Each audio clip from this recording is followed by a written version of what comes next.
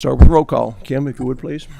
Senator Boswell. Here. Senator Douglas. Present. Senator Yates. Representative Chester Burton. Representative McCool. Representative Pollock. Here. Representative Hart. Here. Chairman Meredith. Present. We do have a quorum. First item on the agenda is consideration of the minutes of the July 13th meeting of the committee. Is there a motion that be considered and approved? Second. Motion by Representative Pollock, seconded by Senator Douglas. Kim, please call the roll. Senator Boswell. Here. Senator Douglas. Aye. Senator Yates. Representative Chester Burton. Representative McCool. Representative Pollock. Yes. Representative Hart. Yes. Chairman Meredith. Aye. Motion carries. Duly noted. It is early. Take it if you're coming from the western part of the state. The number of items on the agenda today are 250 in the amount of $123,130,092.72. All vendors are registered with the Secretary of State's office. Next order of business, consideration of the agenda, including the personal service contract list, PSC amendment list, memorandum of agreement list, memorandum of agreement amendment list, the Kentucky Entertainment Incentive Program agreement, except for those items selected for further review. Do we have a motion to consider the contract review without objection? Motion. Motion by Senator Douglas, seconded by Senator Boswell. All in favor vote aye. All opposed no. Kim, please call the roll. Senator Boswell. Aye. Senator Douglas. Aye. Senator Yates. Representative Chester Burton. Representative McCool. Representative Pollock. Yes. Representative Hart. Yes. Chairman Meredith. Aye. Motion carries. First item on the pulled list are with the Department of Education is number 1 on the routine PSC green list and number 7 on the amendment list and several contracts on our routine MOA pink list. If representatives are here, as you come forward, and please identify yourself for the record.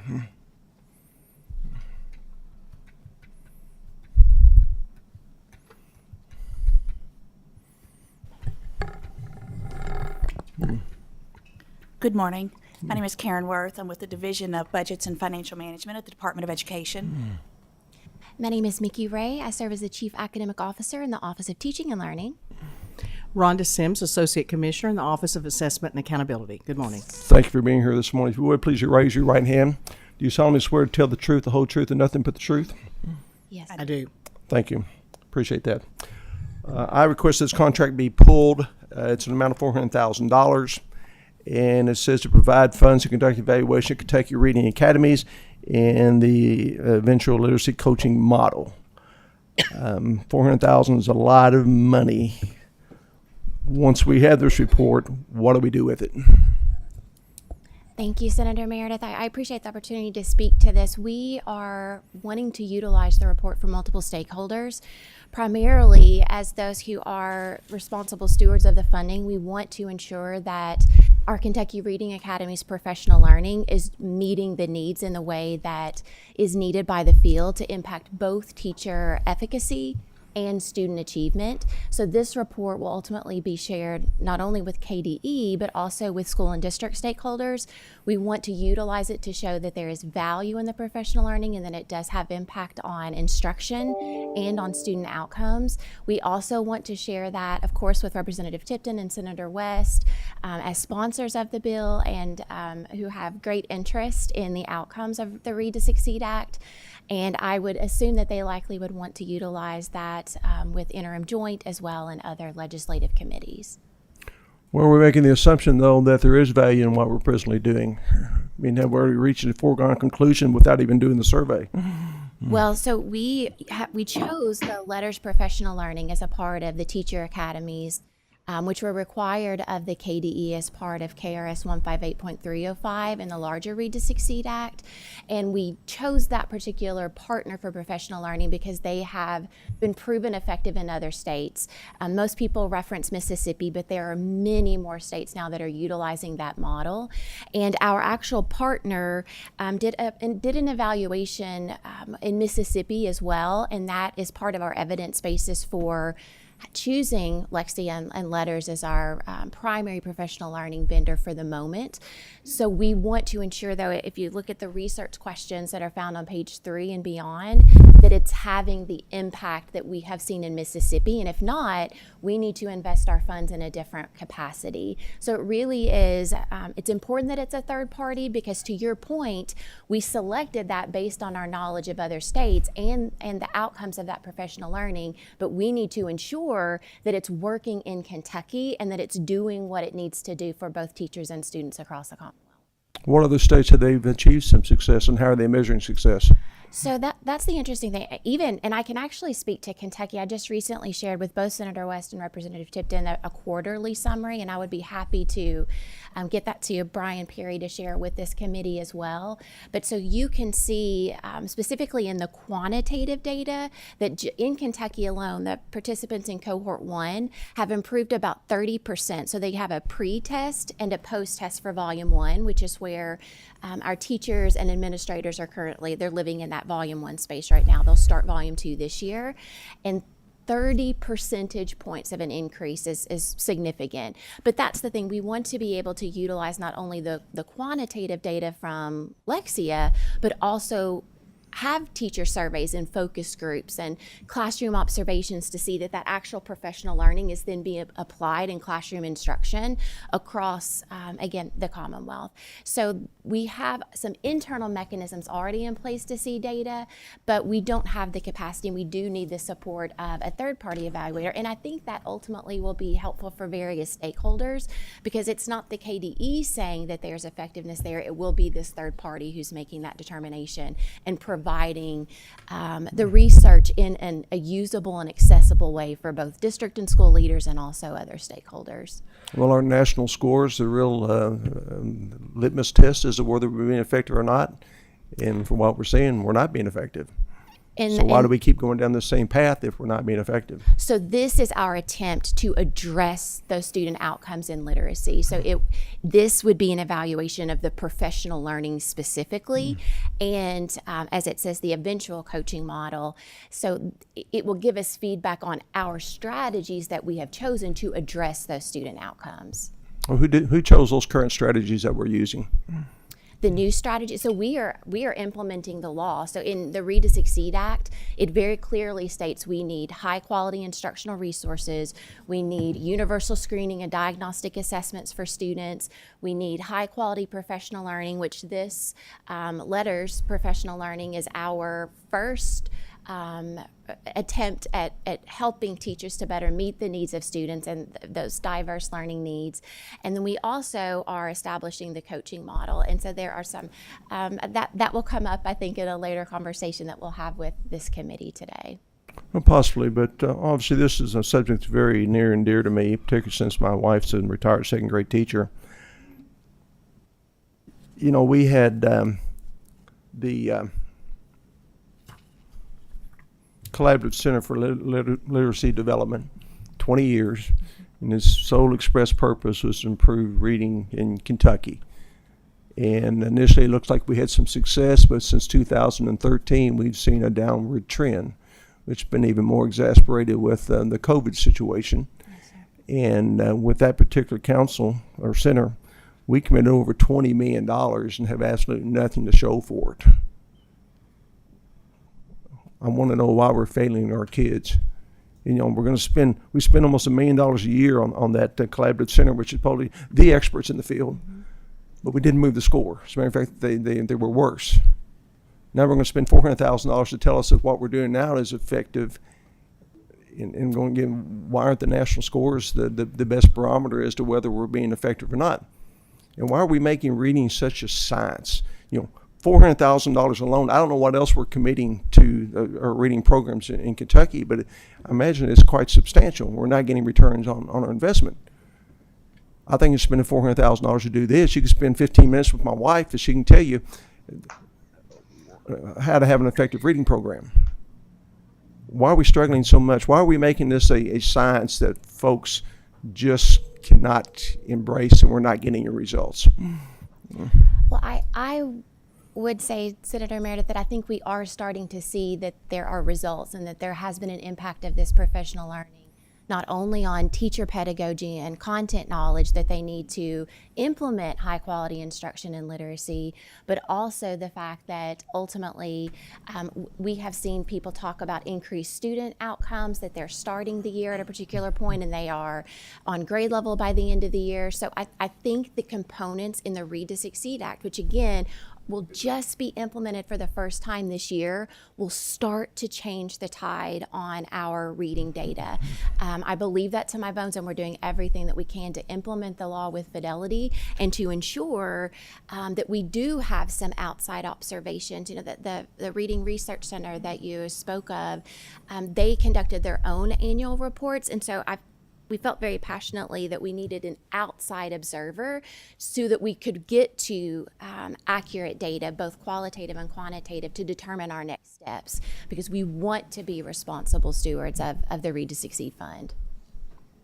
Well, like most cabinets within the state government, we capture a lot of data, a lot. But then I don't know what we're doing with it after we collect it. I read a paper that the Collaborative Center for Literary Development did on teaching children to read. And if you read through this document, it's only 6 pages, which is kind of surprising and kind of refreshing, but just a couple of sentences that really caught my attention is the question, why can't our kids read, is provocative and misleading. Kentucky kids read well. For over 20 years, Kentucky students scored significantly better on average than students across the United States on the only test that compares Kentucky children to others, the National Assessment of Educational Progress. Okay, and this was just done last year. Where was that 20-year period that we were doing better than the national average? I haven't seen it.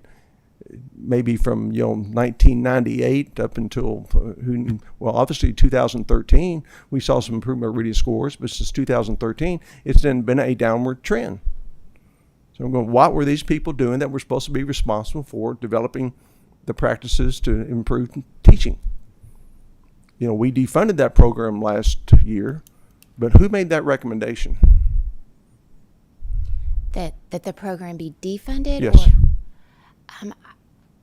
I'm not sure. I can say that in terms of the KDE, we had expressed some concerns with legislators around the deliverables and that we were not receiving the deliverables of the contract, but it was this committee that disapproved. Exactly, and that's the point I want to make. I never heard from anybody about the effectiveness of this program until we had some committee hearings on it and kind of connect the numbers. We made that decision. Why didn't you folks make that decision? Why didn't you make that recommendation to us? Well, I don't think they should fall on the legislature. And I think you highlight the problem that we have right now across the board. There's absolutely no accountability for the dollars that we're spending. None. So I'm saying again, you'll have this report that we'll spend $400,000 for, we'll get the data. It may show that we're doing something right, it may show something doing wrong, but if we're doing something wrong, who's responsible for that? And I'll be honest, Senator Meredith, I feel responsible, and I think that's why we were wanting to ensure that we have a third-party evaluation so that we know that we are making the right moves with the funding that has been provided. Well, again, where's accountability, though? I appreciate you saying maybe you own some ownership for it, but I feel like we have a responsibility, to your point, to the students of our state. And you do have a responsibility, but I'm talking about accountability, and it's just not there at all. We were given some kudos by Dr. Polio a couple of weeks ago in the Education Committee. He thanked us for standardizing curriculum, which made sense to me, particularly in my home county where we have 5 elementary schools, potentially you have 5 different curriculums, and kid moves from school to school. There's a great potential for learning loss there. Yes, sir. Who made that recommendation? That was the legislature. You're correct. Exactly. That was in law. We're doing your job for you, and it upsets me greatly. And you want to spend $400,000, which I don't think will give us anything for what we need. I think we need to rely on those national scores, and if we're not improving, then there needs to be accountability. Senator Douglas? Thank you, Mr. Chair. May I ask a question? Please. And I may go on a little bit. I really want to thank you ladies for being here this morning. And I know sometimes when we get in the education space, people think I'm a little rough. But I have a wife who was in the education system for over 30 years. I absolutely, positively, love my teachers. Okay? I always tell people that I want to make sure that that is a baseline. This has nothing to do with criticizing our education, our teachers, or the people who are delivering these things. I've sat here and I've heard words like proven effective elsewhere, quantitative data, 30% improvement, the value in professional learning. That is, I'm trying to figure out, I figure we've had enough past studies that we ought to know those things. I get really, really concerned about our post-secondary education institutions because we're always talking about furthering the learning of our teachers. And we're trying to fund an education system for primary, secondary education, post-secondary education. And our job is to educate our children, not our teachers. We educate the teachers at the post-secondary level, and then they are supposed to seek more professional engagement, as I do in medicine with CMEs.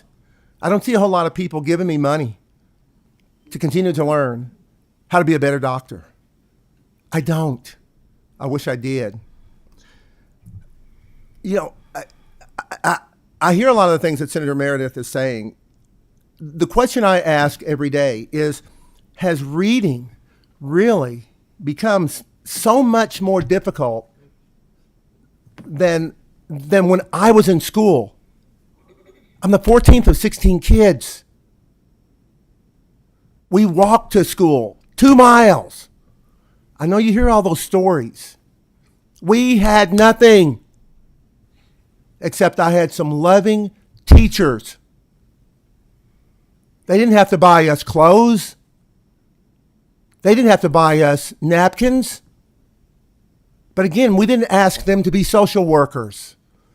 We asked, could you please teach my son or my daughter how to read and how to write, and at some point, how to be good and faithful Americans. We're not doing that anymore. We are not, and I'm telling you, we are not doing that. I have no idea how teaching elementary kids to read has become so cumbersome. So I guess my question, Mr. Chairman, is for these ladies, could you help me this morning, please, explain why teaching kids to read, to do math, to do division, to do any, why that has become so darn cumbersome that we have to spend millions of extra dollars each year to bring in new programs that have been studied to death and we have data on for years that we're not doing a damn thing with. And I'm being very, very, very sincere here, ladies. I am. Because believe me, I am behind you 100%. I am. And you know I am. But help me explain how putting more money is going to help, well, not my kids. My kids are all physicians, by the way, and you know that. So you know I'm in this full tilt. Tell me, help me understand why more money is going to help our teachers reach our children and teach them how to add 2 + 2.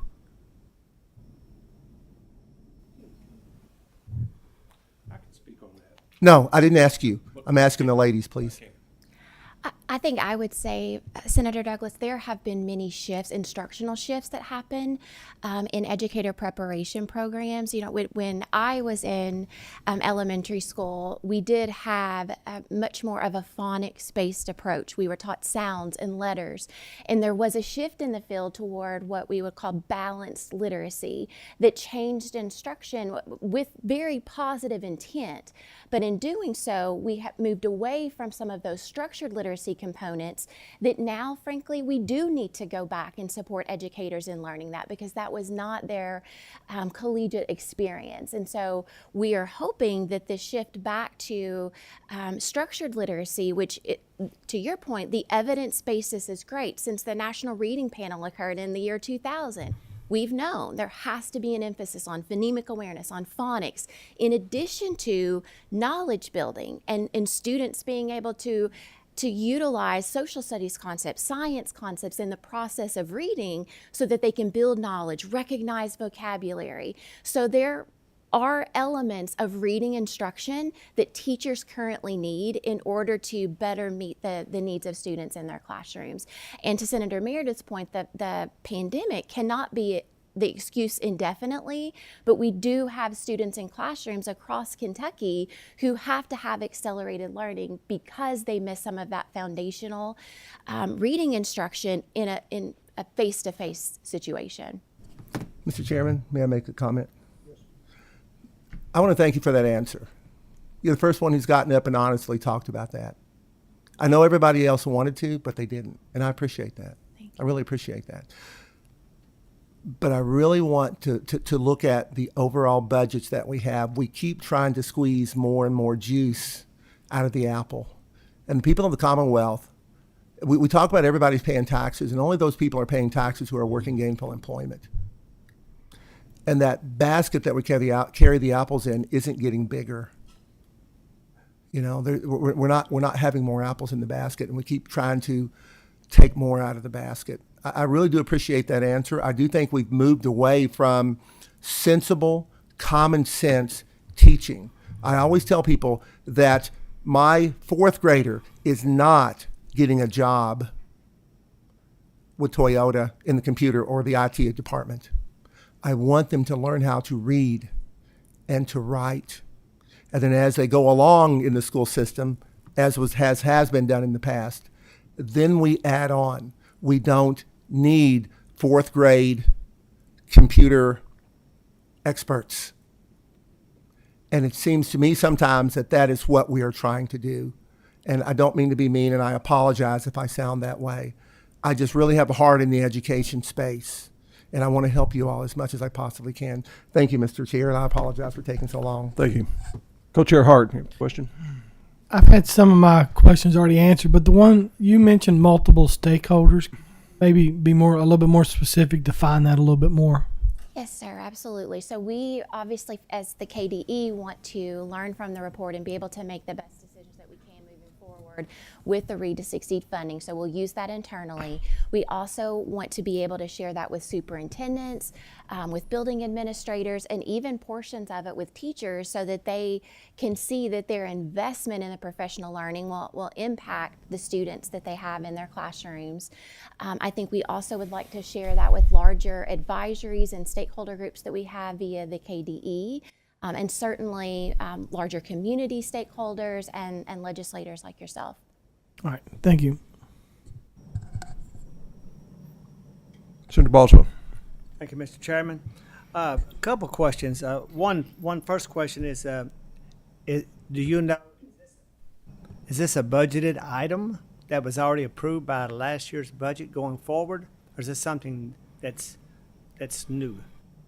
So we will be able to utilize last year's funding to pay for this particular. Was this program, though, program specifically laid out in the budget as a line item? Yes, sir. Well, for me personally, I'd like to hear from Senator Weiss and Representative Tipton. You mentioned their names. It just seems like this is another layer of bureaucracy for me. It's almost every day that I get emails from retired teachers and other workers around the state regarding the fact that some of them had a cost of living increase for years and years and years. And I think we've got to start making some serious and tough decisions up here.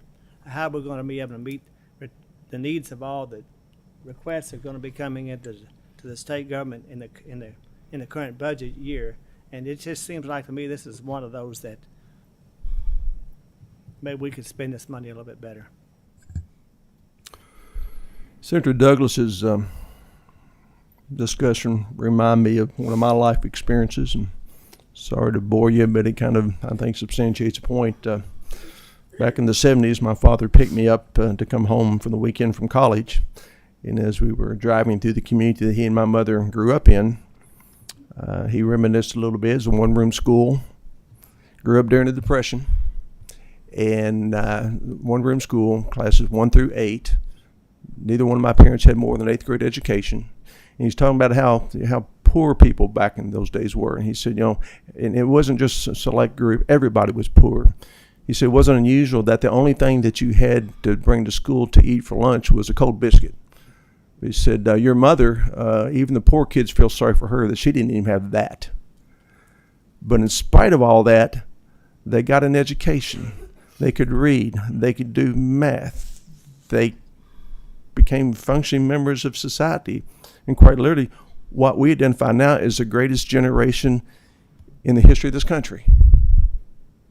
But they didn't have the resources that we're willing to commit to this today. They didn't have computers on one teacher for 8 different grades. They got a quality education. And we're missing something drastically. And to me, it's not about money. I'll give you every dollar that you want, but there's got to be some return on investment. There's got to be some accountability, and I'm not seeing that. And there's not a better example of that than what I mentioned about the Collaborative Center. Functioned for 20 years and didn't do the job. But I'm going to read one more quote to you from their paper. Again, this is from their paper on teaching children to read, and this came out last May. And it's about research limitations and policy track records. It says, advocates for particular instructional innovations often cherry pick promising research studies to prove their claims. The historical record for reading education reform policy mandates for programmatic, structured, scripted, or systemic training packages matched to standardized tests or national scores, but have never consistently improved outcomes beyond traditional methods of instruction despite much greater expense. So almost by their own admission, what we're doing has been failing. And I don't see anything that has been a seismic change to do this. And again, I would like to rely on our national scores. I think it's the only thing that's really gives us a true assessment as to where we are. And I struggle with this expense.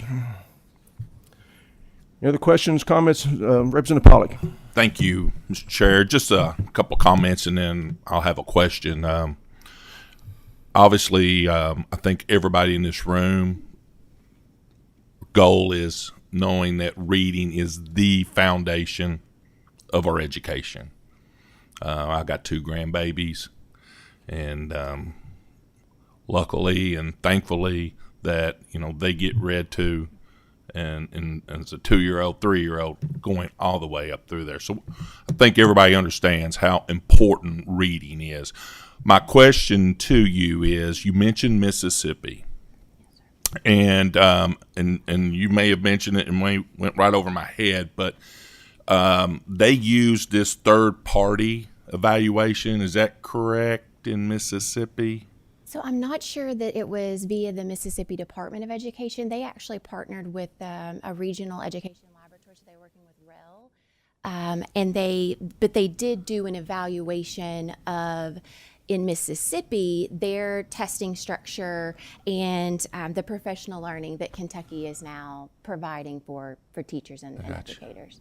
Well, and I guess I'm kind of a bottom line kind of guy, and we want a system in place that works. Yes, we want a system in place that we can see results. And again, the ultimate goal is our young children understanding that solid foundation, in my opinion, at a very, very young age, all the way up through to then at that point, obviously taking them wherever they want to go. But I mean, I just want to say that again, I think we all understand and know how important reading is, and the frustration I think everybody has, our teachers, all of us, parents, everybody has on what can we do to better prepare our young children.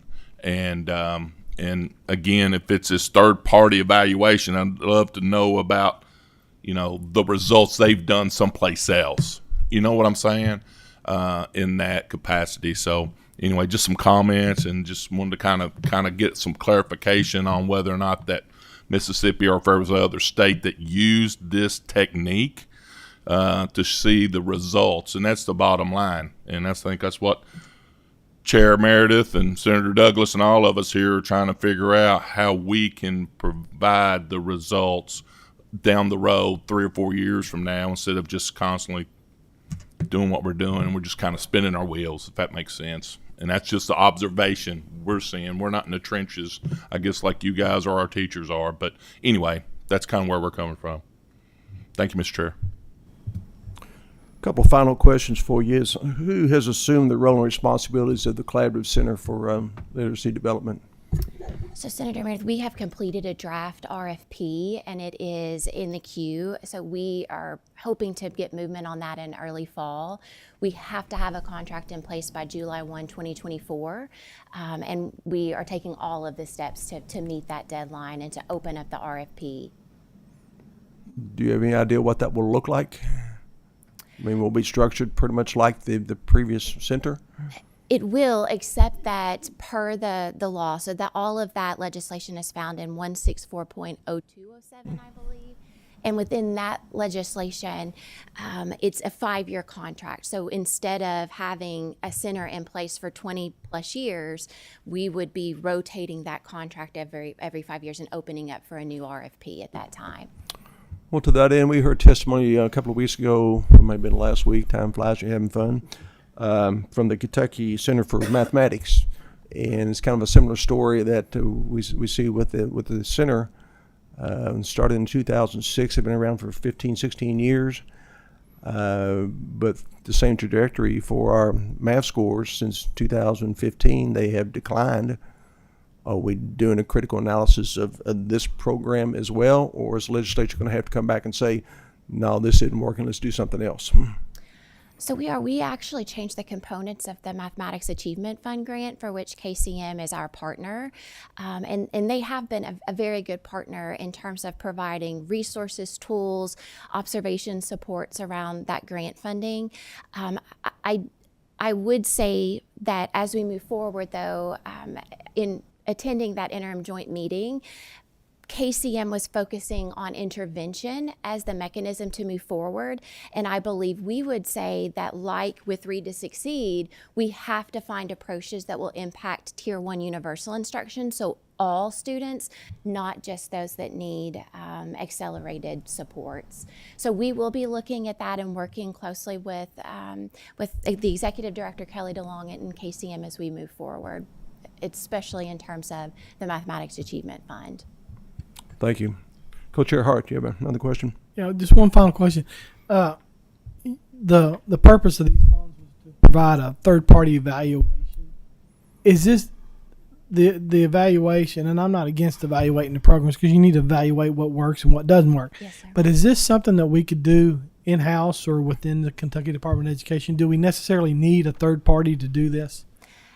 The reason why I would argue yes is because, to Senator Meredith's early point, we selected this program specifically, and we believe in its potential and the outcomes that can come as a result of teachers experiencing the professional learning. So I don't want any of the outcomes to be influenced by our perception that it is effective and working. We want to know the good and the bad on the impact of this learning so that we can make responsible decisions as we move forward with the funding. And if this is not working in Kentucky as it did in Mississippi, and I'll make sure, I will share that particular report with the committee following the meeting so that you can see that story. Kentucky is not Mississippi, and so we want to ensure that there are specific data outcomes that can inform our decision making as we move forward. All right, thanks. Any comments or discussion? If not, is there a motion to approve?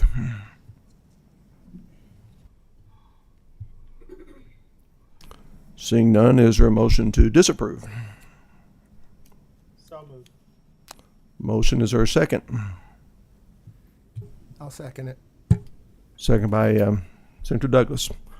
All those in favor of disapproving will vote aye. All opposed will vote no. Kim, please call the roll. Senator Boswell. Aye. Senator Douglas. Aye, but may I explain my vote? Most certainly. You know, Mr. Chair, you know, I personally would like to contact some of the systems that have utilized this. And I'd like to have a list, if I could ask you all to provide me with some of those. Again, I don't want to have to plow the same ground over and over and over each year. And I want to be the best assistance I can be for you all, because I know that you really are sincere in what you're trying to do. Thank you, Mr. Chair. Senator Yates, Representative Chester Burton, Representative McCool, Representative Pollock, I'd like to make a comment on my vote here. My vote is no, because I want more information. I don't want to deny this request without getting a little bit more information on this. I agree completely what has been said today about how we're sitting here spinning our wheels and we're putting more money in these programs. My wife's a 5th grade retired school teacher, and it seems like to me, and I've heard her over the years talk about every 2 years we've changed the way we're trying to teach, and I don't know if it was the way we're trying to teach to get our test scores at the end of the year, and I don't want to get on my soapbox on that because I can, but the point of frustration for my wife, and I'm speaking for her, is because every other year, every 2 years, every 3 years, everybody came in and you had to change a whole different program on how you taught your students. And so I just want us to get where we can find something that is consistent, that works. And it seemed like in their past testimonies here, and again for me as well, folks on this board and others out here, and that it worked for us and just don't quite understand why we have to keep making it really difficult. And again, this is just my observation and my hearing my 5th grade wife who's taught and retired, the frustration there. So at this time, my vote is no. Representative Hart, Explain my vote, please, Mr. Chairman. Yes, please. I'm going to vote no on this, but I do not disagree with what my colleagues are saying. We can't keep spinning our wheels. My wife, 25-year teacher, has been a reading resource teacher. And in our district, that position, because of monetary issues, was cut. And then, of course, they put the reading responsibility back on the other language arts teachers. I mean, they didn't stop trying to teach kids to read, but where she was specializing in trying to help the ones that were struggling, that position was cut. And I always thought that was a big mistake.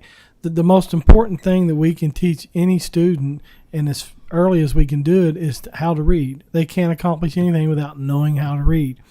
The main reason I'm voting no on this is because I agree that we need a proper assessment. I mean, and when I say proper assessment, an unbiased assessment of what's going on. And if the third-party vendor can accomplish that, I'm willing to allow this to happen. But I'm also not willing to, in 6 months or next year or even next month, come in here with another contract for another study. We've got, at some point, and one of my colleagues mentioned it, we do study after study and we're not getting results. We're just spinning our wheels. So I'm going to vote no. Chairman Meredith, Let me explain my vote. Obviously, I don't like this contract, but I would like to have additional information, much as Senator Douglas has suggested. So I'm hoping that, wrong choice of word, when this motion obviously fails, that we could have a motion to defer and come back and provide some more information next month. So my vote is no. Mr. Chairman, I will make a motion to defer it. I would like to personally like to talk to Senator Wise. I mean, he's been really involved in this process. It sounds like, I think that I'm going to, during this period of time, try to contact Senator Wise and talk to him about this a little more. So I would be in favor of deferring until we get more information. I'll second it. Let me just have an order of business here. Would you like to record a vote? yes. Yes, I will. Please. I also, as an educator myself, I would like to defer because I know that this is a very sensitive subject throughout the state. And I also know that there has been, I believe, even when I was in the classroom, I think sometimes we are rushed and things are changed too early, and that we need to have more time to really embrace what it is that we're trying to do as it relates to the reading. And so I would like to have more information before I move forward. Thank you. Then with that, the vote to disapprove the contract fails by a vote of 2 to 4. I do have a motion and a second to defer this contract. Kim, did you get the names? Boswell and Hart. Yes, thank you. If you would, please call the roll. Senator Boswell. Aye. Senator Douglas. Aye. Senator Yates. Representative Chester Burton. Aye. Representative McCool. Representative Pollock. Yes. Representative Hart. Yes. Chairman Meredith. Aye. Motion carries. With that, I believe we can move on. And the next contract is on the personal service amendment list. I don't know if you folks are testifying this one as well. Yes, sir. But it's number 7 for an additional $1.7 million for ACT scores or ACT exams. And my question is, in the contract description, it says renew the contract, but it was approved in 2022 through 2024. So for what period are we renewing this for? Goes through June 30, 2024. The renewal, it accomplishes a couple of things with the change and the modification of the contract. Senate Bill 59, passed in 2022, removed the requirement for grade 10 ACT testing. So we were able to take that out of this contract amendment. We did include, and that is where you see the additional cost, we did include the opportunity, an optional opportunity for high school seniors in Kentucky to retake the ACT. The legislation requirement is that we have junior ACT testing. And last year we had funds available to offer a optional senior test. Now we only had about 50% of Kentucky seniors who wanted to take that test. So it is a parent-student choice if they would like to retake the test. It does give students more opportunity to be post-secondary ready. That's one of the measures in legislation to be ready is your ACT performance. It also offers students an opportunity to earn more KEYS scholarship money because that's also based on ACT performance. So it's an optional program, and we've had about 50% of the students who wanted to retake the ACT. We ask that our school systems offer the opportunity to set up a testing site, but it becomes the parent and the student's choice if they want to participate. Now, because the potential is every senior could have the opportunity for retaking, the funds allocated would cover the cost if every Kentucky senior wanted to retake, which is around 45,000 students. What we had last year was about 22,000 that took the assessment.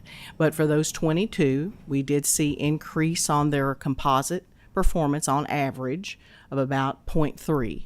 And the ACT, remember, is a fairly short scale, goes up to 36, and it takes a lot of work with students to move those numbers up.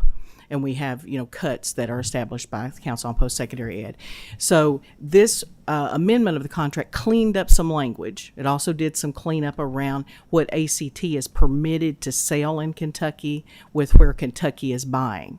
We wanted the sales to be limited if the state is purchasing. We see no reason for school systems to use their funds to purchase if the state is purchasing. So there's some limitations that were agreed upon in the contract with ACT. It does clean up language to align with current statute. But then the final thing, and that's where you see the cost increase, is having that opportunity for students as seniors to retake if they choose to. the ACT. So that becomes more of a purpose for the child and for the parent and for what the next step is for that child. You know, they may be going into a program that really the ACT isn't important to that. However, for all students in Kentucky, if their performance increases, they would be eligible for more key scholarship funds to help pay for those post-secondary. So that's kind of a snapshot. I'll see what questions you have. Well, you for did a me, great job. Senator. You really did. So this 1.7, it could be up to 1.7. It could is be what up we're looking to. at. In fact, what we spent last year was around 850,000.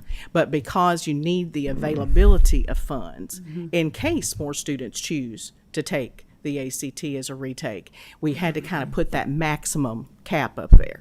But we don't anticipate it being an extra 1.7. We think it'll be more in line with what we spent this year, which is about 800, and we spent 851,000 on online testing, and then we do have some students we need to provide paper assessments for. They have maybe a particular accommodation or disability where the computer is not an appropriate testing format for them. So we had around 4,500 students that took a paper test versus an online, and that has just a slight cost. It's like a $1 more a test. And so altogether we spent about 856,000, and we anticipate it would be more in that realm than up at the 1.7. A more global question is a lot of discussion now about ACT and SAT and universities using those. Sure. I do think you see a shift in universities. I think we first saw it in what I would call Ivy League universities, things we think about in the Northeast of the U.S. or maybe in California, you know, really high-end universities, began to look at multiple measures because I think everyone's hoping to achieve a well-rounded student. We want a well-rounded Kentucky citizen coming out of K-12 education, and I think colleges want to see a well-rounded student for admission. So they want to see students that are active and involved in things as well as maybe demonstrating performance. So I think colleges are becoming more open to different ways for kids to demonstrate their readiness to be in college. However, you know, Kentucky, we still do have legislation providing that opportunity for the junior ACT. It's one way you can demonstrate into the state accountability system and have that credited on the school accountability system. I do think over time, I think the pandemic also, Senator Meredith, has shifted some of that focus on ACT and SAT because a lot of our Kentucky universities sort of waived the requirement for admission of having to take ACT or SAT during the pandemic. So I think you see a variety of how it's used for admission and placement, but at the same time, we do have a structure where KEYS money is still, supported by that ACT, as well as I think certain programs and admission into those programs. So it's still being utilized, but I do think there's a little bit of a shift to open up other measures of demonstrating what kids know and can do. Well, I think it certainly has value, even if you don't go to college for the very reasons you mentioned. Right. That's right. But particularly in light of the recent Supreme Court decision regarding college admissions, action, I would think this would heighten its importance because it gives you that objective measure to determine who should be in college and who shouldn't. So that's right. Good, but. And, Kentucky does use the ACT, but that was a procured process because in legislation it says college admission. So we did have a procurement, and we will procure on a rotation of about a 6-year cycle for that. Thank you. Representative Chester Burton, did you have a question? Can you Yes, tell ma'am. me, as it relates to accommodations, what's the percentage that you see for those that need accommodations? It is not a high percentage at the high school level. I'd need to probably look and get that number specifically. I have some staff here in the room with me, and they may know that off the top of their head, but we can certainly provide that. But it's not a particularly high number. And with the ACT, because it's a national assessment, even though we give it in a Kentucky school day and Kentucky purchases it, it still follows all the accommodation rules of the national ACT. So students have to apply for accommodations. They're typically things like extended time, Right. I get and it. and those kind of things. Sometimes, some tests allow more accommodation than the ACT permits. It's a relatively small number, and I'll get you that percentage. I just don't know it off the top of my head, and I'd be afraid I'd misquote. Mr. Chair, can I follow up? Yes, please. My next question is, there are many students that fall upon a diverse group Absolutely. that are not test takers. Right. That's However, right. does not mean that they cannot perform. That's exactly So right. I've known many of those Mm-hmm. that once they have been admitted, they excel. That's exactly So right. how do you all look at that, or how would those issues be addressed? I think where I would answer that is kind of like the conversation where Senator Meredith just brought up. Colleges, I think, are expanding their look of students. Okay. So the test scores are considered, but I think they're looking more at that whole child Okay. and that whole demonstration. Now, again, I don't work in the world of admission into post-secondary. We're more about, I'm working in K-12. But I do think because colleges are not purely relying only on performance on an ACT or SAT, Very I good. think you're getting more opportunity for kids to be able to maybe bring in a portfolio of their work. Excellent. That's all I need to I hear. think that is Yes. happening across Kentucky as they look at students, but and the ACT just becomes another data point, another piece of information. Okay, that's what I need. Yeah, and we'll get you that Thank you. amount on the percentage of students with accommodations, Thank but it's you. not particularly high. That's all I have. Thank you. Thank you, Senator. Senator Douglas. Representative. Thank you, Mr. Chairman. May I just ask a question here? Ms. Representative, I want you to know I'm one of those classic people that you're speaking of. I would be embarrassed to tell you what my ACT score was. And because of my ACT score, I almost elected not to attend college. So I get it, and I'd love to have that conversation with you all anytime you'd like. My question here, you brought up some very, very good points. Could you give us some suggestions, and you don't have to now, but just some consideration, since you guys are in the education space, perhaps we should consider having other parameters that we use when we consider issuing KEYS money, other than the ACT. Well, and I think there are some other parameters. Again, that's not kind of my area of expertise, but I think advanced placement programs are part of that. There are several other factors. So I think at the state level, in the legislative space, you have actually opened up that. It's beyond just ACT and SAT, which are the kind of national college admissions assessment. So I think there are.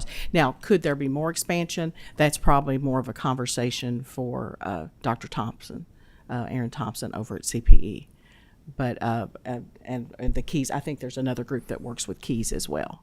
Well, I certainly know that in the healthcare space, that there's much less emphasis on the MCAT or the DAT, the dental admissions test, and those kinds of things. Right. And I think the standardized testing, there have been a number of studies which have shown that sometimes it is not as informative. Sure, it has limits. As as we'd like. So, Right. but I would just like some of your thoughts at some point on some of the other data points that we Sure. might be able to use to look at some of the KEYS distribution. Thank you very We much. can do that. Thank you, Mr. Chair. I will add one other thing just as a piece of information for you, because you've both brought up the idea of testing is difficult sometimes for students. I do think that we're seeing more availability, particularly from something like the ACT program, where there's a lot of opportunity for students to go in and do practice testing. They can go in, there are tutorial kinds of pieces of information. So there's some supports that, as long as the student, they enter into what's called My ACT, which is like a registration area. Parents have resources there as well. So there is opportunity for students to get being more familiar with the assessment.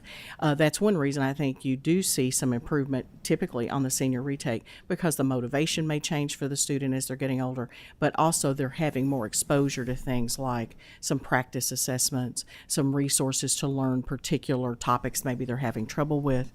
So those are available as part of this contract. So when you purchase the assessment, availability of those kind of tools come along with it.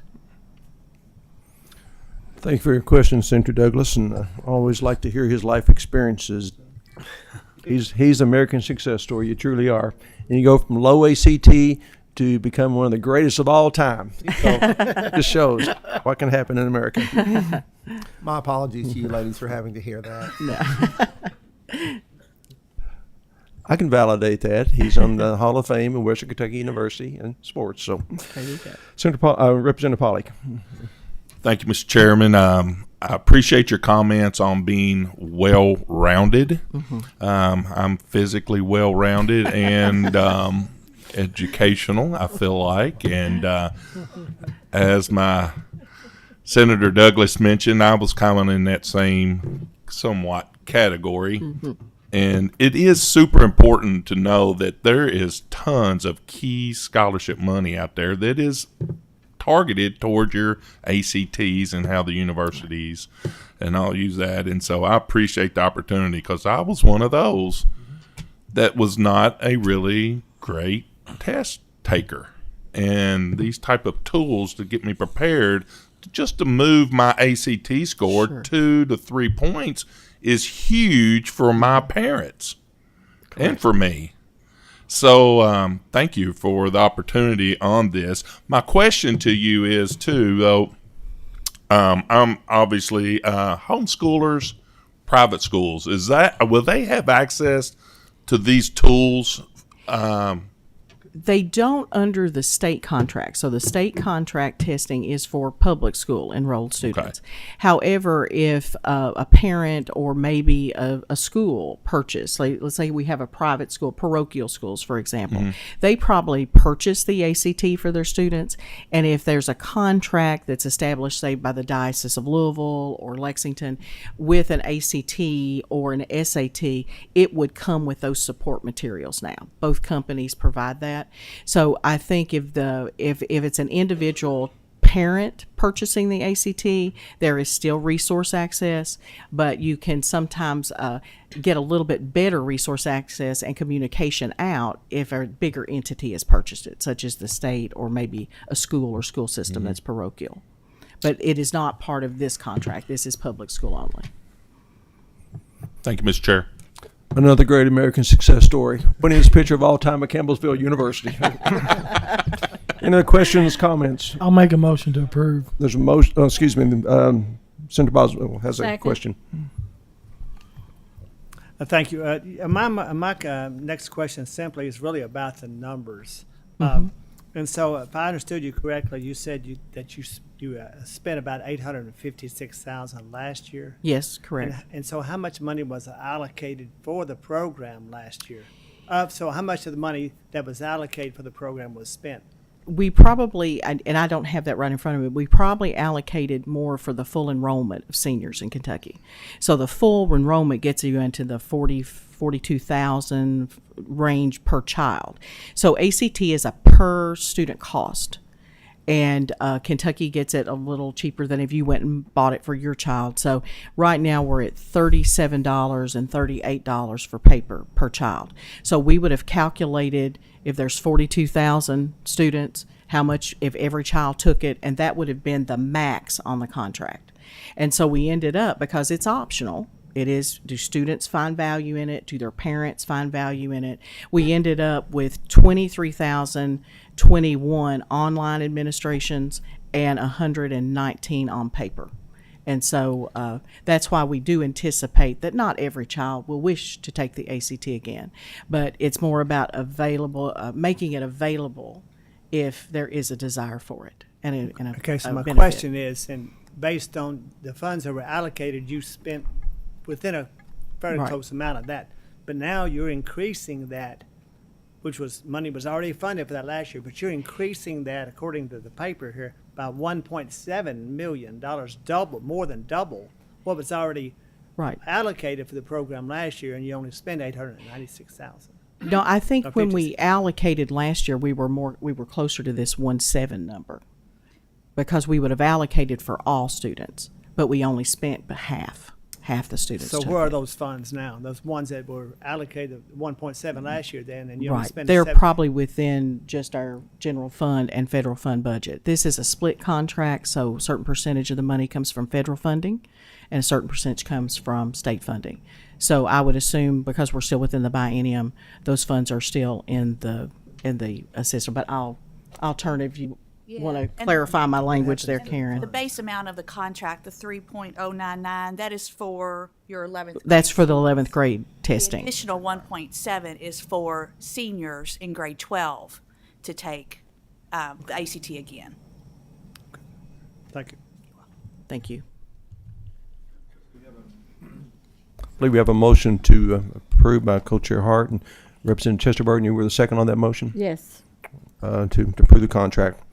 Kim, please call the roll. Senator Boswell, Senator Douglas, Aye, but explain my vote. Please.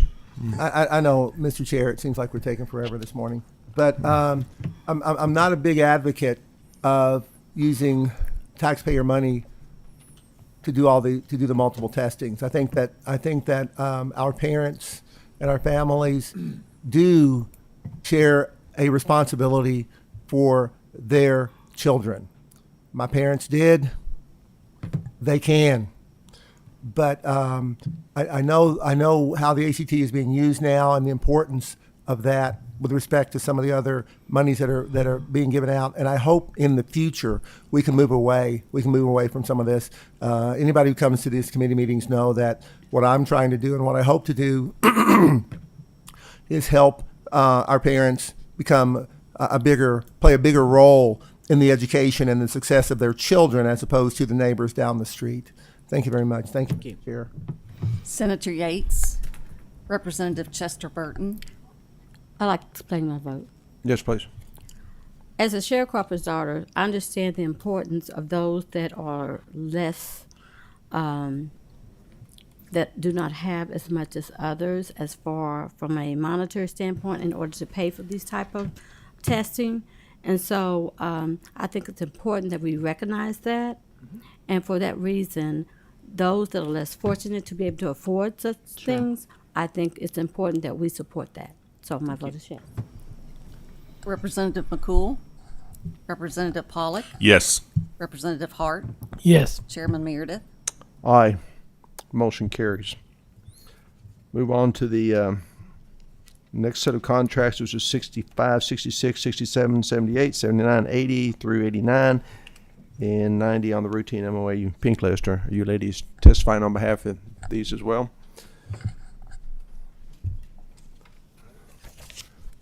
We're going to give you a lot of bonus points today.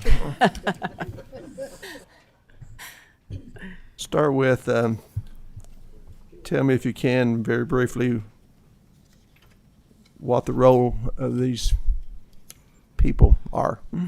Yes, sir. Thank you, Senator Meredith. So in KRS 158.30510, that's within the Read to Succeed Act, the department was required, if funding were available, to establish a literacy coaching model.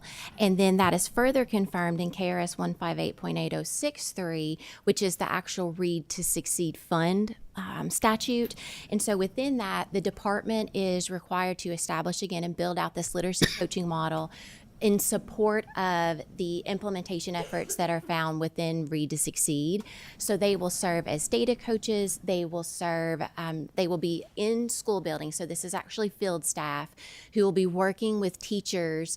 And the law requires that these coaches are placed in schools with greatest need. So schools that have the highest percentage of novice and grade 3 reading. So we want this to be something that is seen as a support to those districts, to the schools in which the coaches are placed.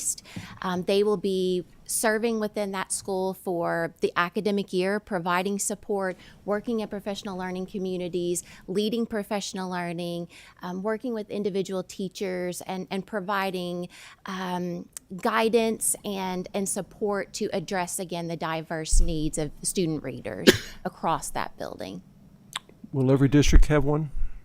So not at this time. So at this point, we have established 5 regional coaching directors who will be a liaison, in essence, from the KDE to the district and to the school administration. But the literacy coaching specialists, there are 26 that have been hired. And so it was very important that we had, from the applicant pool, the best candidates, because we know that this coaching position will be extremely important And then recently at that same interim joint committee meeting, we got to hear a report about the impact of that coaching. So we are looking to do that initially for up to 26 schools, but we want to be able, and that's what the Seed Fund is for, to be able to build out that model, hopefully with up to 80 coaches. But again, it will depend upon available funding to be able to build that out even further. But that is our mission as we move forward. And how are these folks recruited and selected? So we had much social media avenues that we have within the KDE around the fact that these positions were posted. That goes out in the Monday message to superintendents. We also notified our letters cohort participants from the first phase for interest in Kentucky teachers. So we try to very broadly advertise the availability of these positions. And then over the months of May and June, we conducted series of interviews and have selected the first 26 candidates to provide the coaching supports. Why is there such a variation in salaries paid to these individuals? So the regional coaching directors, they are on a 240-day calendar. So that's more of an administrator. Again, they're working with district leaders, building administrators. The coaches, so a typical teacher schedule is 185, 187 days. But we need these folks to work 220 days because we want them not only serving the teachers in that school building within the academic year, but that will allow them to also conduct some professional learnings. We hope to have a summer reading academy where we'll invite educators from across the state, and these coaching specialists will be able to provide professional learning supports and strategies within any of that over the course of the summer. Could I just add that the salary is based on the teacher's daily wage that they receive at their district. So you do see larger salaries coming from Jefferson County, just their pay scale is higher. How do the payroll dollars flow? Are they employed directly by the school district and They they're are. reimbursed by the state? Yes, that's So it correct. is- We reimburse So it fits in their quarterly. particular pay scale, whatever the pay scale of that district is? Yes. sir. All right. Yes. Thank you, Mr. Chair.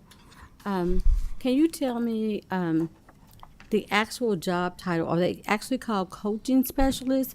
Because as a employee of JCPS myself, this sounds very similar to some of the other titles that I've heard that did the same particular type of job duties.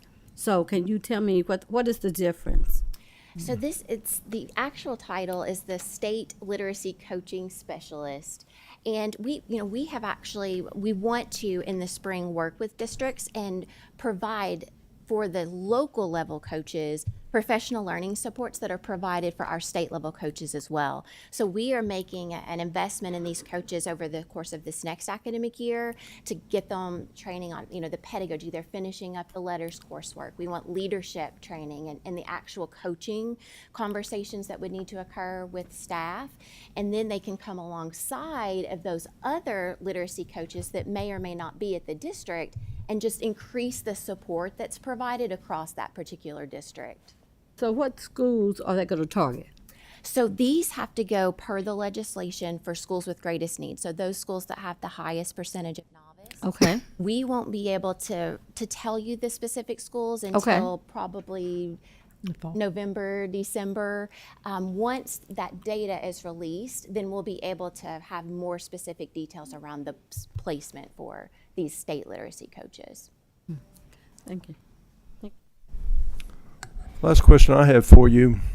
We have 16 contracts before us, and I pay attention to these committee meetings, and we've approved a lot of agreements this last year to promote diversity, equity, and inclusion.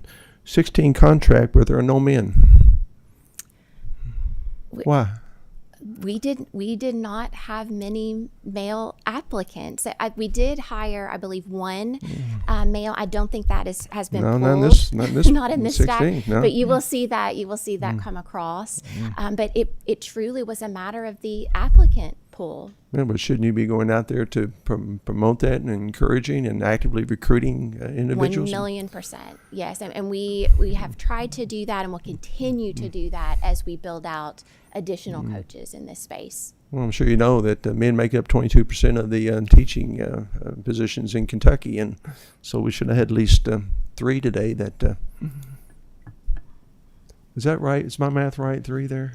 Close. I'm rounding, but you can't have half of a teacher. So okay, but just note, paying attention. Okay. Any other questions, comments? Yes, Representative Pollock. Sorry, didn't see you. No, just a quick question on the 26 coaches. I think that's right. I guess my question is, are they coaching the same, I guess, game plan, so to speak, from your office?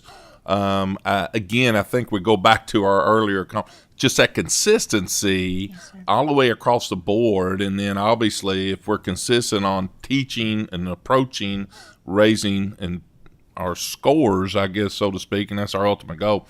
So is there consistency there through all of our coaches and just the game plan, so to speak? Yes, sir, and thank you for the question. So we're working very hard to ensure that they are experts on the requirements of Senate Bill 9. They have common vocabulary across all of our resources that they'll be able to utilize. We have a learning agenda for them that will be the same across all coaches, and the directors will be a part of that as well. The only difference is it was very important for us to have, I think, field staff from those particular regions, because we want them to have that common base of knowledge, but also honor the local context. And so we're working very hard to get representatives across all 8 of the educational cooperative regions. Well, I'm glad you said that. And it obviously makes sense in doing that, just that connection with those students. So thank you, Mr. Chair. Senator Douglas. Thank you, Mr. Chair.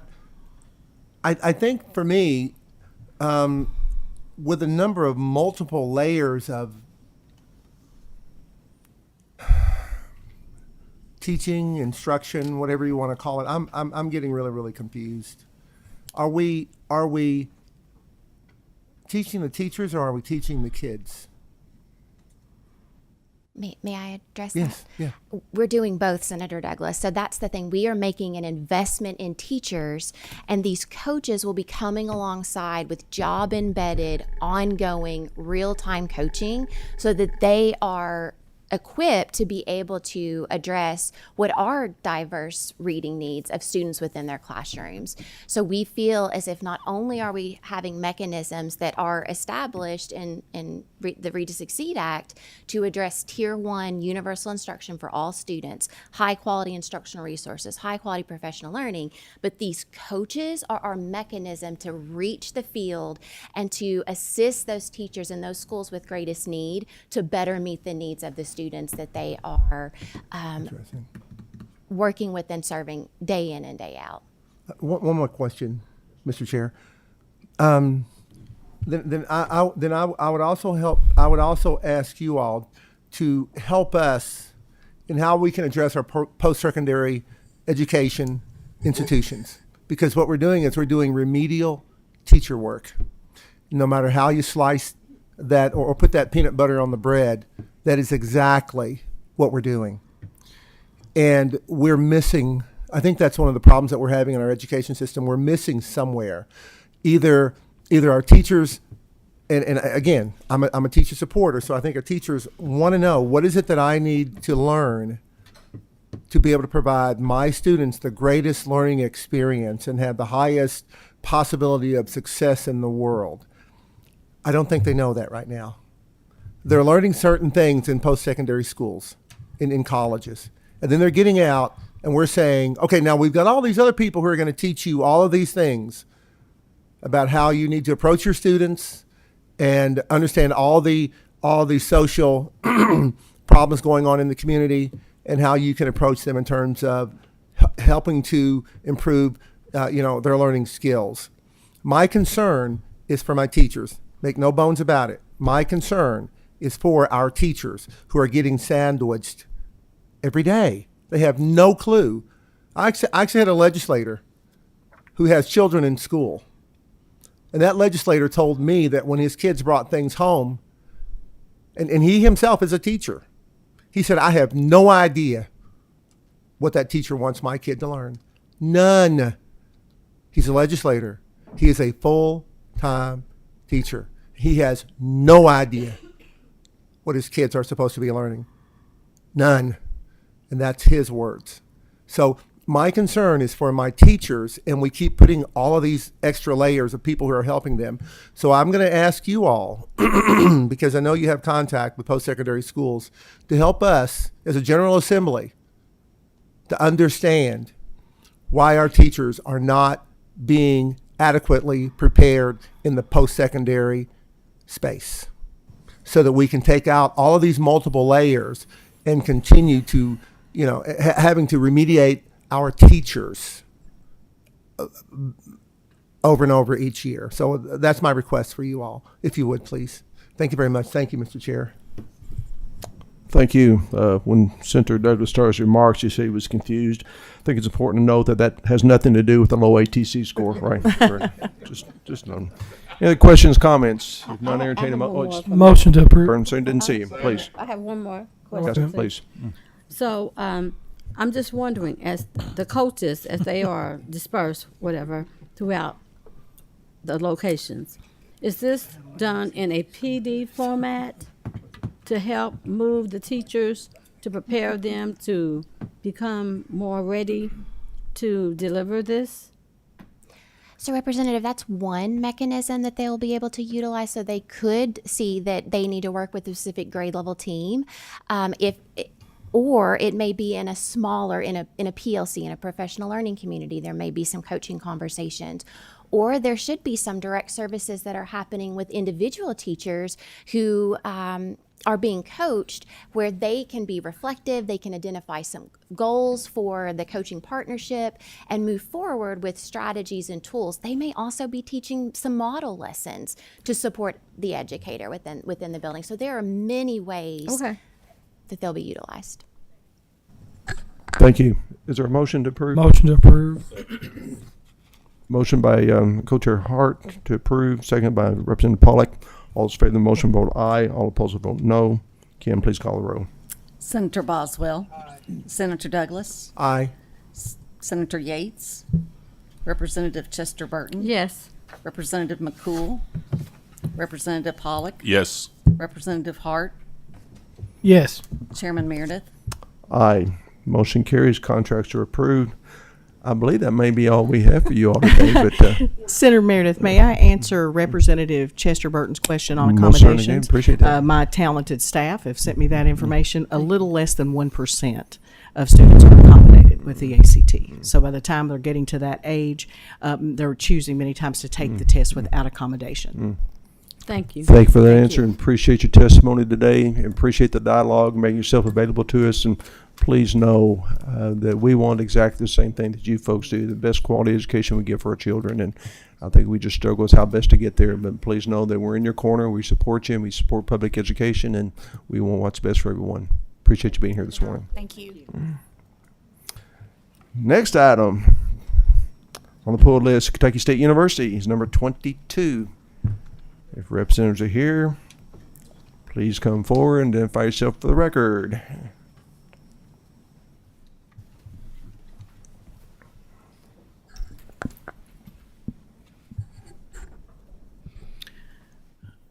Good morning, and I'm Kirk Pomper. I'm the Dean of the College of Agriculture, Communities, and the Sciences, and also the Director of Land Grant Programs at Kentucky State University.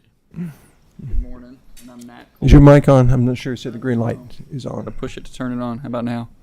Good morning. My name's Nat Colton. I work in the land grant program as well. Glad to have you here this morning. First question I have for you is, what was your all's ATT score? You remember? No, we're not going to go there today. Okay. I think this will be brief. I just want to understand why we're doing this contract, because, again, we don't get the contracts unless we call for them, and we're not going to call for 1,000 contracts. We get a capsule discovery that says, provide funds to serve as a technical expert and advisor for assessing the feasibility of solar photovoltaic power generation at land grant program facilities, produce solar feasibility assessment reports, and evaluate opinions by supplying solar power to specific land grant facilities. That's a lot to say for $19,000, but I'm curious, how is this program going to be used? Is it specific to Kentucky State University? Are you looking at more solar application, or exactly what are we trying to do here? Sure, that's a great question. Thank you, Chairman. And so basically, we're very interested in solar as a potential. We work with a lot of small farmers as part of our land grant mission at Kentucky State University, and also folks in urban areas. But we are interested in these alternative energy sources, such as solar. And we look at it as an opportunity to try to take this technology, use it with our research dollars to actually develop more information and actually have a broad data set of solar and how it's acting in Kentucky climate and with our situation. And so it's an opportunity to both generate some electricity for the campus, right, and also to study this area and actually come up with some long-term data. Because once again, we want to actually have that data for Kentucky if we're going to make any kind of recommendations pro or con to our stakeholders. So that's the overview part of it. Nat could tell you more specifics if you're interested too. Sure, and I'll just add that we get a lot of questions about solar, particularly in the context of land use change throughout the state, particularly in rural areas, from farmers and different stakeholders throughout the state. And so we need to better understand how this applies from a research and demonstration perspective. And also, if we're going to be implementing any of these practices, this consultant is going to help us understand whether or not that's economically feasible with our research dollars on our facilities and how best to use our money ultimately. Is it fair to say that you folks are going to be a laboratory for this, and you'll share the results with the other land grant universities? Is that the intent? Absolutely. Yeah. Mm-hmm. You have a preliminary feel for what this is going to look like? Well, I'm hoping that this is going to actually make more electricity and actually be more profitable. I think it could go either way based on some of the technologies and the weather and everything else. But this is, what land grant universities are meant to do, is take the chance, actually generate the data and provide that to the folks out there and give them better recommendations. And so my guess is it's going to actually make a little money. It will provide more electricity than the cost, but that's why we need to do this kind of work. Yeah. Understood. Senator Douglas. Thank you very much, Mr. Chair. Just a question. My question is, do we already have some of this information from some of our utility or some of our other power companies, and is that information available, number one? Number two, because I lied, because I got a short second one, is there any anticipation of working with any of our public utilities so that we don't duplicate what it is that we're trying to find out? Sure, and I'll I'll speak to that if you don't mind. I appreciate your question, and I think we have information, as I'm sure you're aware, the Frankfurt Plant Board is implementing a community solar project in Frankfurt over by their headquarters, but that's different than net metering, and so part of what we're doing is looking at opportunities for net metering, and I'm sorry, if you could repeat the first part of your question. The first part was,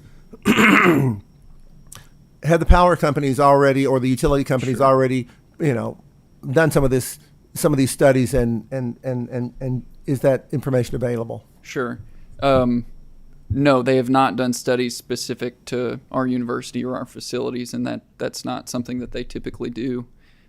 We did recently, the university as a whole had a energy performance service contract recently completed, and we've got the first year of measurement and verification reports from that to see energy savings. And through that CMTA, the consultant did assess whether or not solar was an option for the university. At that time, it was not, but with the Inflation Reduction Act, that's also a part of our goals through this contract, is to understand what the opportunities are with new federal dollars coming down the pipeline for the direct pay provision. So there's still a lot that we don't know, and we're trying to figure that out for this contract. I think the other difference is that we're not talking solar farms here. We're talking about utilizing solar on buildings and farm facilities also, and looking at the utility. So I know that solar farms are kind of controversial one way or the other. That's not what we're looking at here. We're actually looking at trying to see if a small farmer can utilize these solar types of systems and actually have them be useful. Yeah. Any other questions, comments? Not entertaining a motion to approve? I make a motion. Thank you. Motion by Representative Chester Burton, seconded by Senator Boswell. All in favor of the motion vote aye. All opposed vote no. Kim, please call the roll. Senator Boswell. Aye. Senator Douglas. Aye. Senator Yates. Representative Chester Burton. Yes. Representative McCool. Representative Pollock. Yes. Representative Hart. Yes. Chairman Meredith. Aye. Motion carries. Gentlemen, appreciate you being with us this morning and sharing this information with us and valuable. We certainly wish Kentucky State University the best going forward. Thank you. Thank you. Thank you. Next items on the pool list are with University of Kentucky in our number 34 and 35.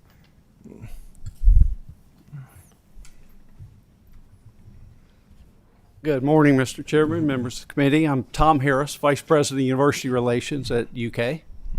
Good morning. My name is Barry Swanson. I'm the Chief Procurement Officer for the University of Kentucky.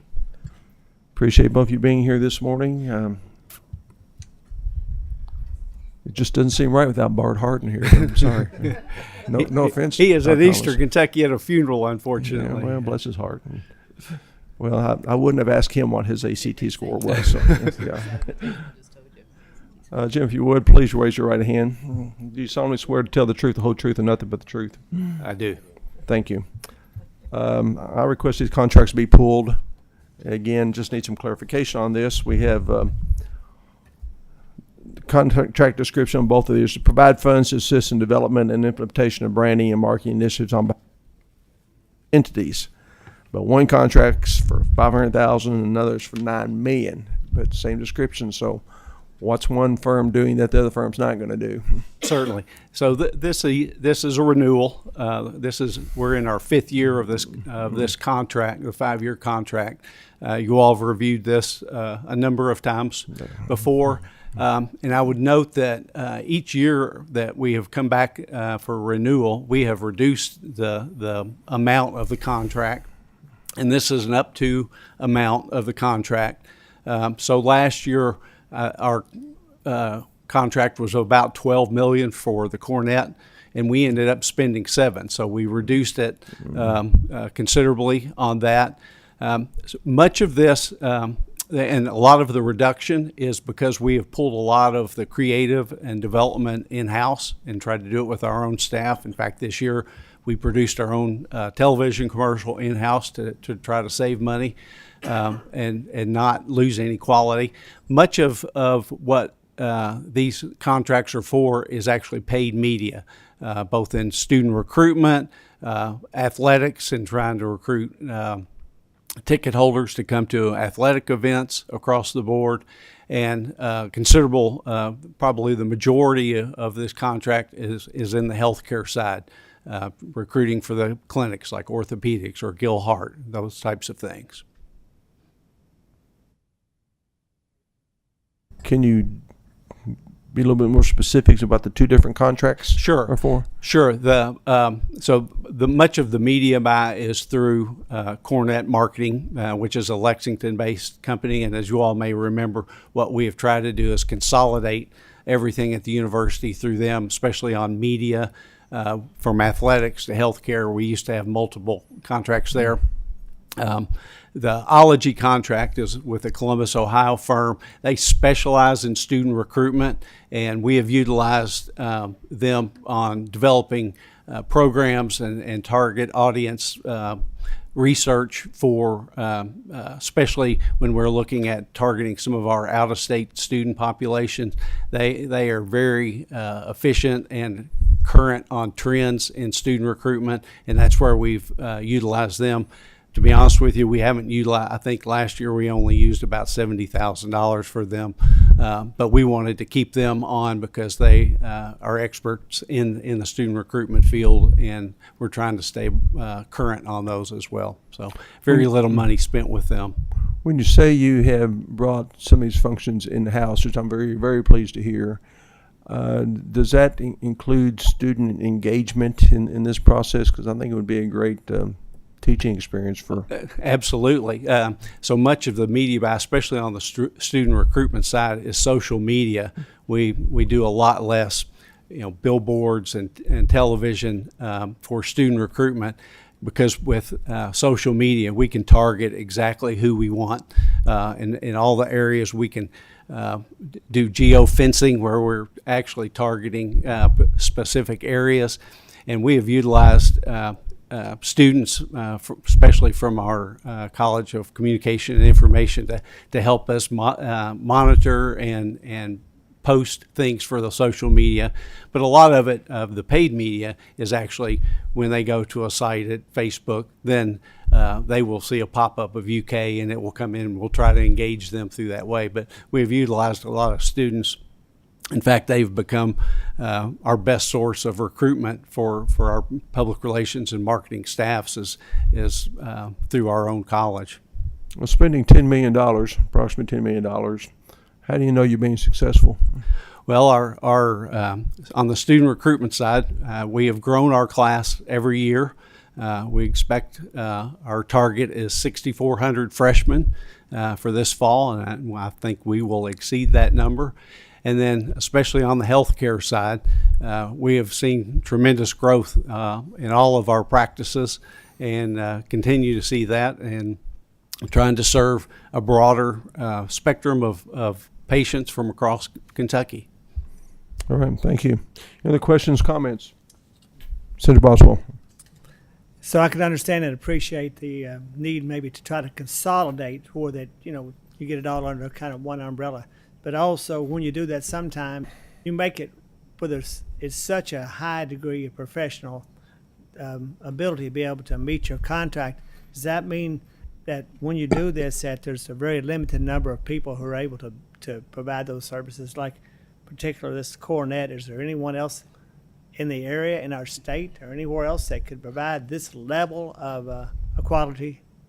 Yes, and thank you for asking that, because it's interesting. We've been looking at that and talking to some other institutions that have broadened their scope of vendors.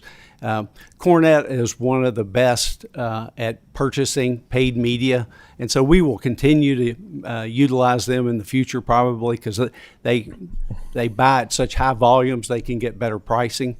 But one of the things that we have also seen, especially with some of our smaller units and colleges, that they may have smaller projects, a small video or a brochure, that they don't really want to deal with Cornet on that level for a project like that. So as we work to put out the RFP for this area next year, which we will have already started the process, we're going to look at doing multiple qualifications for smaller vendors. We've done this in printing. We have done this in specialty projects where colleges and units that might work with a 1 or 2 person shop to develop graphic design or brochures, that they could be qualified and be able to utilize and be able to serve that college under that contract. Okay, thank you for that answer. If there are no other further questions or comments, entertain a motion. So moved. Motion by Representative Hart. Is there a second?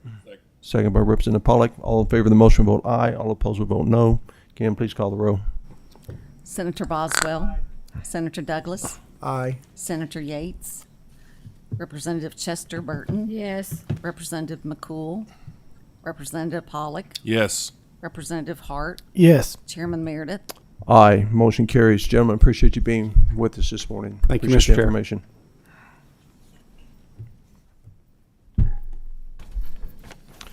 Next item on the pulled list is with Western Kentucky University. It's number 38 on the routine PSC green list. And I believe they are testifying remotely this morning. Yes, good morning. This is Good morning. Andrea How are you? Anderson. I'm doing well. Thank If you you. would, please introduce yourself for the record.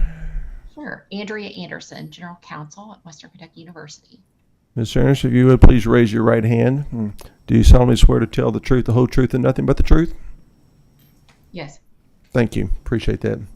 I request this contract be pulled. I know this firm, know they do quality work, so it's not a question of that. It's the process itself. It always concerns me when we go 20 years with anybody that we never look outside.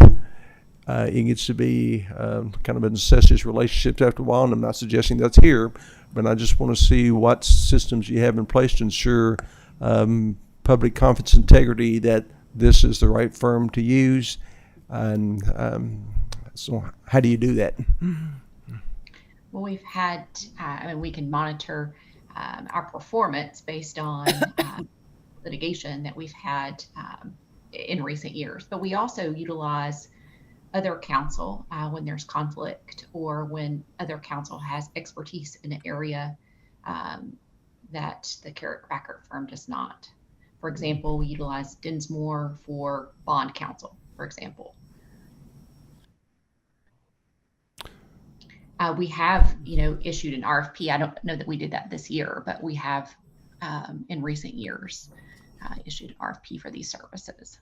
Well, for those other areas you use, such as for bond counsel, do you do an RFP for those services? No, we just identify someone who, is an expert in that field. And again, just go through the process for me, how you validate that that's the correct firm to use. It's not just a friend of a friend of a friend. I mean, is there a committee that reviews these and makes a recommendation, or are you relying on one individual to make the recommendation? Just curious how it works.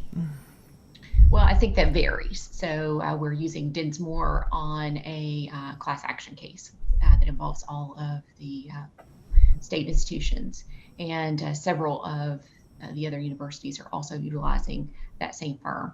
But sometimes it's a matter of recommendation. Sometimes it's having utilized that firm in the past and knowing that they do quality work.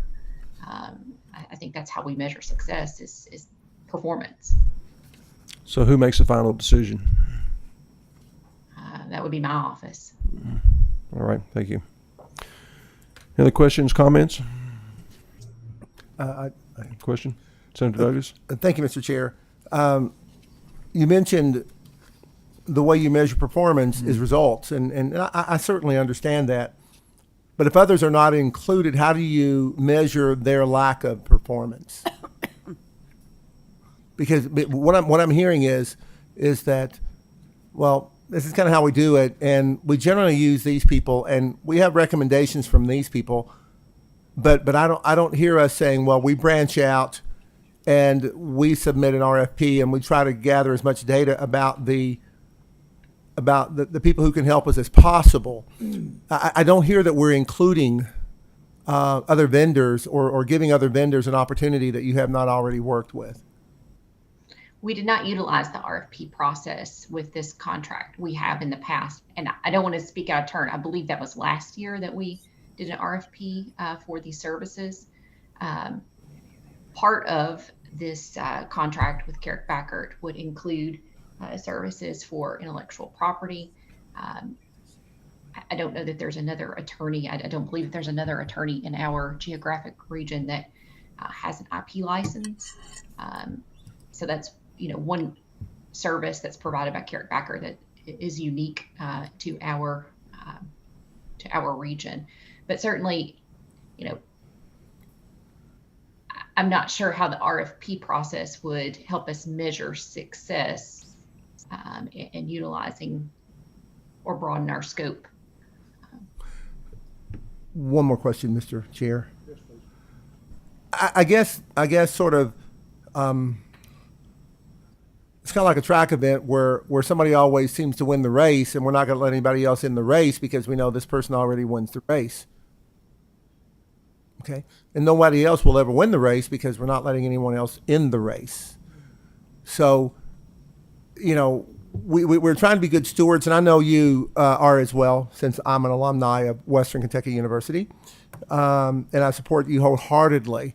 But part of our charge as legislators here in the General Assembly is to make sure that we are utilizing our taxpayers' money in a most efficient way, and we hope and we respect that those who are coming to us asking us to utilize that money is also using their expertise to pick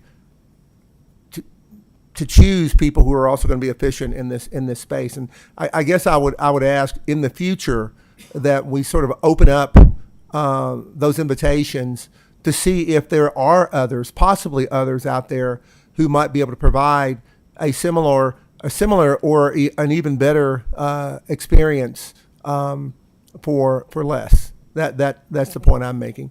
Thank you, Mr. Chair. Thank you. Question? No, he answered my question. I agree with this. Any questions, comments? If not, entertain a motion to approve. So moved. Second. Motion by Senator Boswell, second by Senator Douglas. All those in favor of the motion vote aye. All opposed will vote no. Kim, please call the roll. Senator Boswell. Aye. Senator Douglas. Aye. Senator Yates. Representative Chester Burton. Yes. Representative Pollock. Yes. Representative McCool. Representative Hart. Yes. Chairman Meredith. Aye. Motion carries. Ms. Anderson, appreciate your being available to us this morning. Appreciate you answering our questions. Thank you. Next item on the pull list is with Kentucky Community Technical College System. It is number 38 on the PSC amendment list. Representatives are here. Please come forward.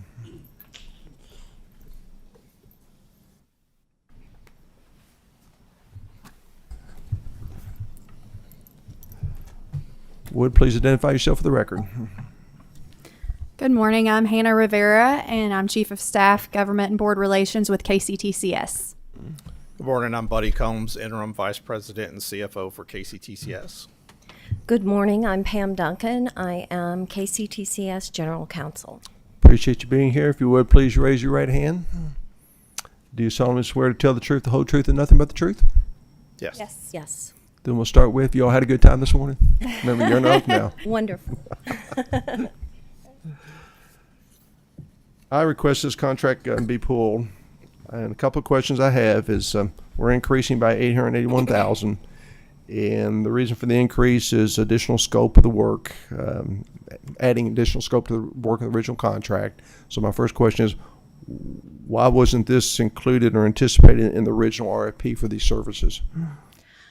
Yes, sir. I will start with that. So the original scope of work was to conduct a comprehensive study across the system. Huron brought back 46 opportunities for our system to look at and review and determine which ones of those should move forward. And one of those was looking at a change project management office. They recommended that we have one of those, which we have not had previously. And we have decided to move forward with that opportunity. And as part of that, we have decided to help or to work with Huron further to get that off the ground so that we can continue with the rest of the recommendations and bring those in-house and have the capability to carry out the rest of the recommendations, building our own internal capacity to do that. So that was not within the original scope, but we have determined that it is needed to move forward. Was there any thought of having a separate RFP just for this particular application? Yes, sir, there was. However, Huron has been working on this project since November of last year. They have weekly, sometimes daily, multiple discussions with various work streams throughout our colleges. They've done town halls with all 16 colleges, interviews with leadership and staff, and they work directly with the subject matter experts in our colleges and in our system office. So it seemed counterproductive to go out for an RFP because they already have the relationships, the knowledge, they've analyzed the data, and they've worked with our Board of Regents and with our President's leadership team. So we felt it would actually be more cost effective to continue with Huron than to go out for RFP. Well, with all due respect, but you really don't know that. In my concern about these contracts, and this one appears to be legitimate, but I've seen so many consulting contracts that will come back asking for additional funding to use the same firm to do work that should have been part of the original proposal to begin with. So that's my angst about this, is that, and then there's no real accountability. Yeah, it's 881,000. That's a lot of money. You know, conceivably, another firm could do it for $500,000, and that savings you're alluded to, but being familiar, that may be worth 300,000, but we had no way of knowing. That's why I asked the question. If I could address that, I agree. Data-wise, we do not know. However, when this project came from our Board of Regents, which it began with the Board of Regents, a resource optimization committee made up of regents and presidents who advised that committee. There were actually 2 projects that we went out for RFP on, and one of them was an overarching compensation project that is ongoing with Huron at this time. They actually won that RFP. It was combined into this project. So there are 3 projects in one that are ongoing at this time.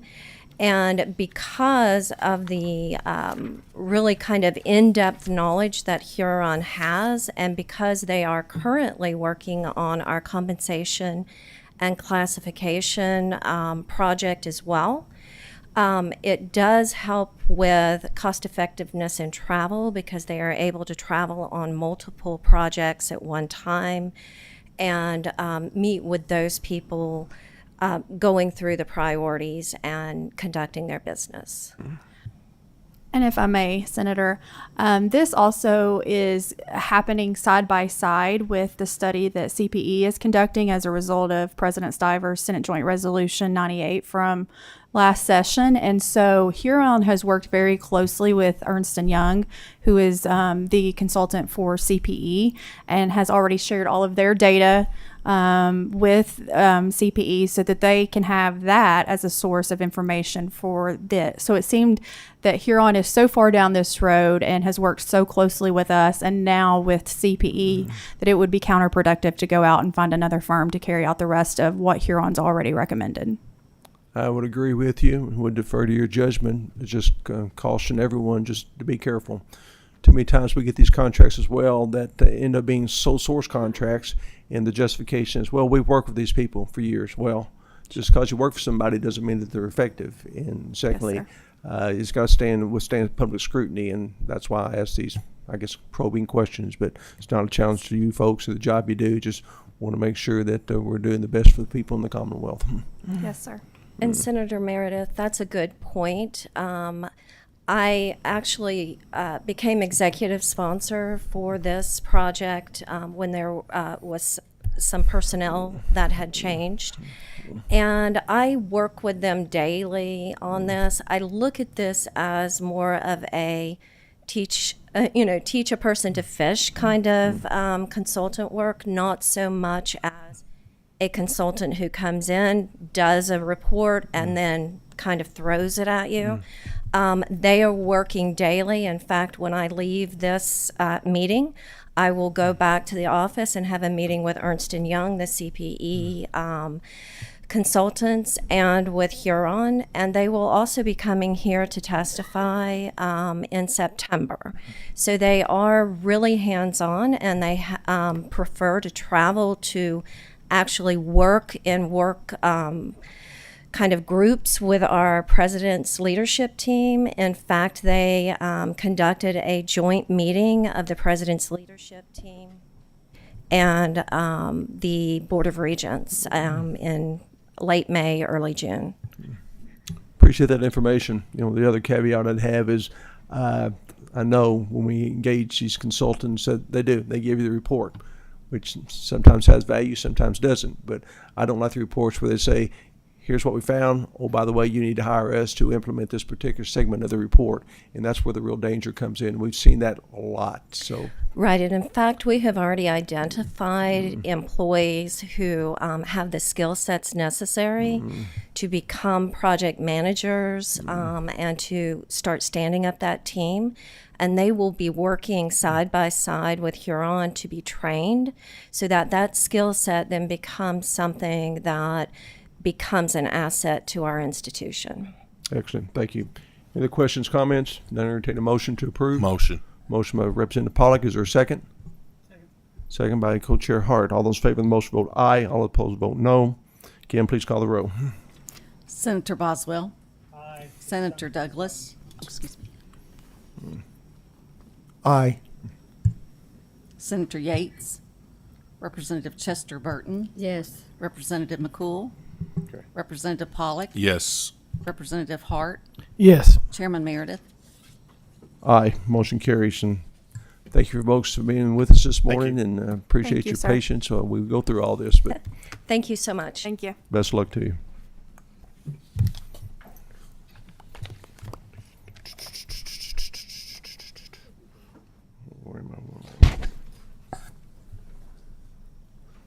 Next item on the pulled list is the Office of Educational Programs, is number 98, and this agency has requested a deferral. That's the good news. So, motion to defer. Is there a second? And there's a second.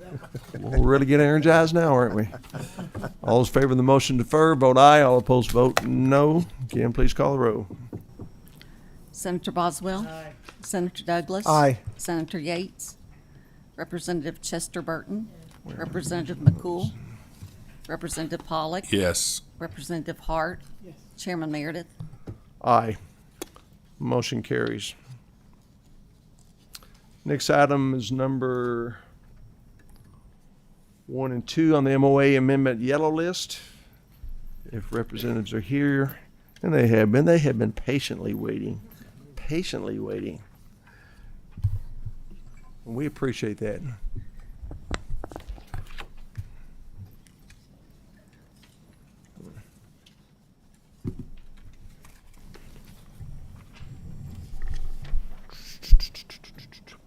If you would, please identify yourself for the record. Good morning. I'm Tammy Brown. I'm the Executive Officer for the Department of Financial Services at the Administrative Office of the Courts. Hello, I am Debbie Hall. I am the Executive Officer of the Department of Specialty Courts at the Administrative Office of the Courts. Appreciate you being here. If you would, please raise your right hand. Do you solemnly swear to tell the truth, the whole truth, and nothing but the truth? Yes. Yes. All right, thank you. Appreciate it. My question is, we're canceling this contract as of July 1. What's the story on that? I'll let Debbie speak to that. She has more information on the reason for the cancellation. So it is not as it appears. We are actually very much still connected with this partnership. Essentially, the Chrysalis House is a treatment program in Lexington, and it serves the women of the Commonwealth who live with substance use disorder. And originally, we had a SAMHSA grant that awarded a certain amount of funds in this contract, and the agreement was in exchange of referring women into their program, and then they would utilize our funds. Essentially, they didn't need our funds because of the ACA with the Medicaid expansion. Medicaid would pay for a lot of the women's treatment up front, and then if that didn't pay the funds, then Chrysalis House had a secondary payment option. So they had their own federal grant that would kick in and cover that cost. So essentially, we never trickled down to needing the funds that were in our MOA. So there's still a relationship there. It's just not the type of contractual relationship we've had in the past. Cool. Essentially, they just didn't need the funds in that MOA, and so we still have an agreement where we will make referrals, and they still service our women. That partnership is very much intact. All right, thank you. That's what I need. Any other questions, comments? No. Entertain a motion to approve. Motion by Co-Chair Hart, seconded by Senator Boswell. All those in favor of the motion vote aye. All opposed vote no. Kim, please call the roll. Senator Boswell. Aye. Senator Douglas. Aye. Senator Yates. Representative Chester Burton. Yes. Representative McCool. Representative Pollock. Yes. Representative Hart. Yes. Chairman Meredith. Aye. Motion carries. Thank you for joining us. Appreciate your patience as we went through all this. You've been here a long time, but we do appreciate you being available to us. Thank you for having us. We appreciate it. Thank you. Next item on the list.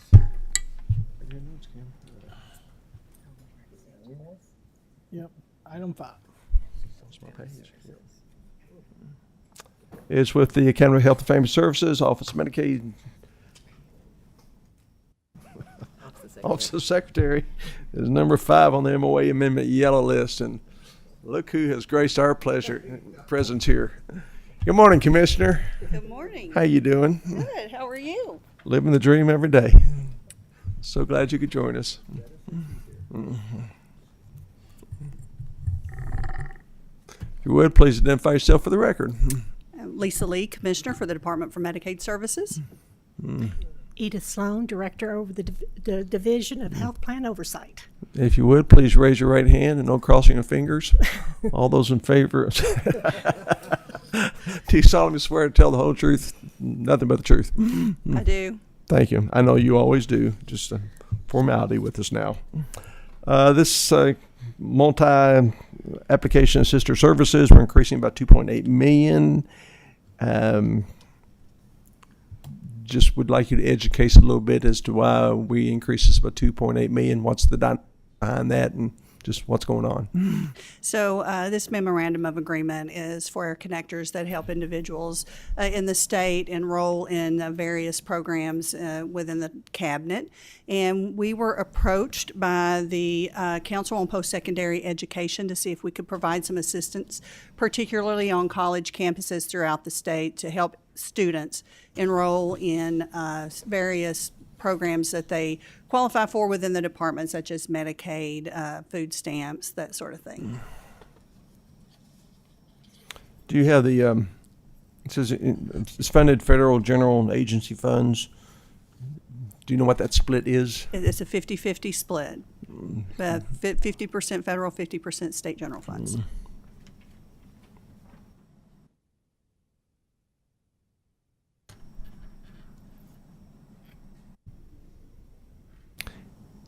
And I'm not even sure how to ask this question, Commissioner. It's just so broad, but if this is successful, what have we accomplished? More people having coverage? Is that the intent of all of this? Yes, the intent is to definitely reduce the uninsured in the state, reduce uncompensated care, and make sure that we're doing everything we can to build a healthier future by allowing individuals to access health care services. Which we're certainly all in favor of.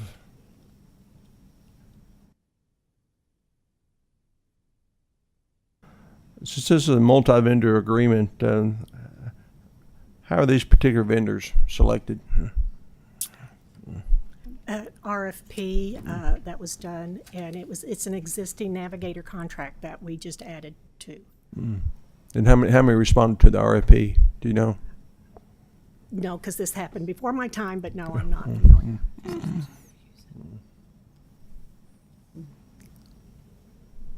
Well, it's going to sound like criticism, but not, but there's only 2 vendors. That's kind of a big contract for. There are 2 vendors, but there are over 156 individuals that we call connectors that are employed through this contract. So it is providing employment to 156 individuals who would most likely be unemployed or even qualifying for Medicaid if they were not working. But these connectors are placed throughout the entire state and all of our counties to assist individuals with outreach, education, enrollment. They do a lot of, for example, back to school bashes. There's one today in northern Kentucky that Ms. Sloan will be attending. Even though it's two vendors, they do employ over 156 individuals. Still a lot of money.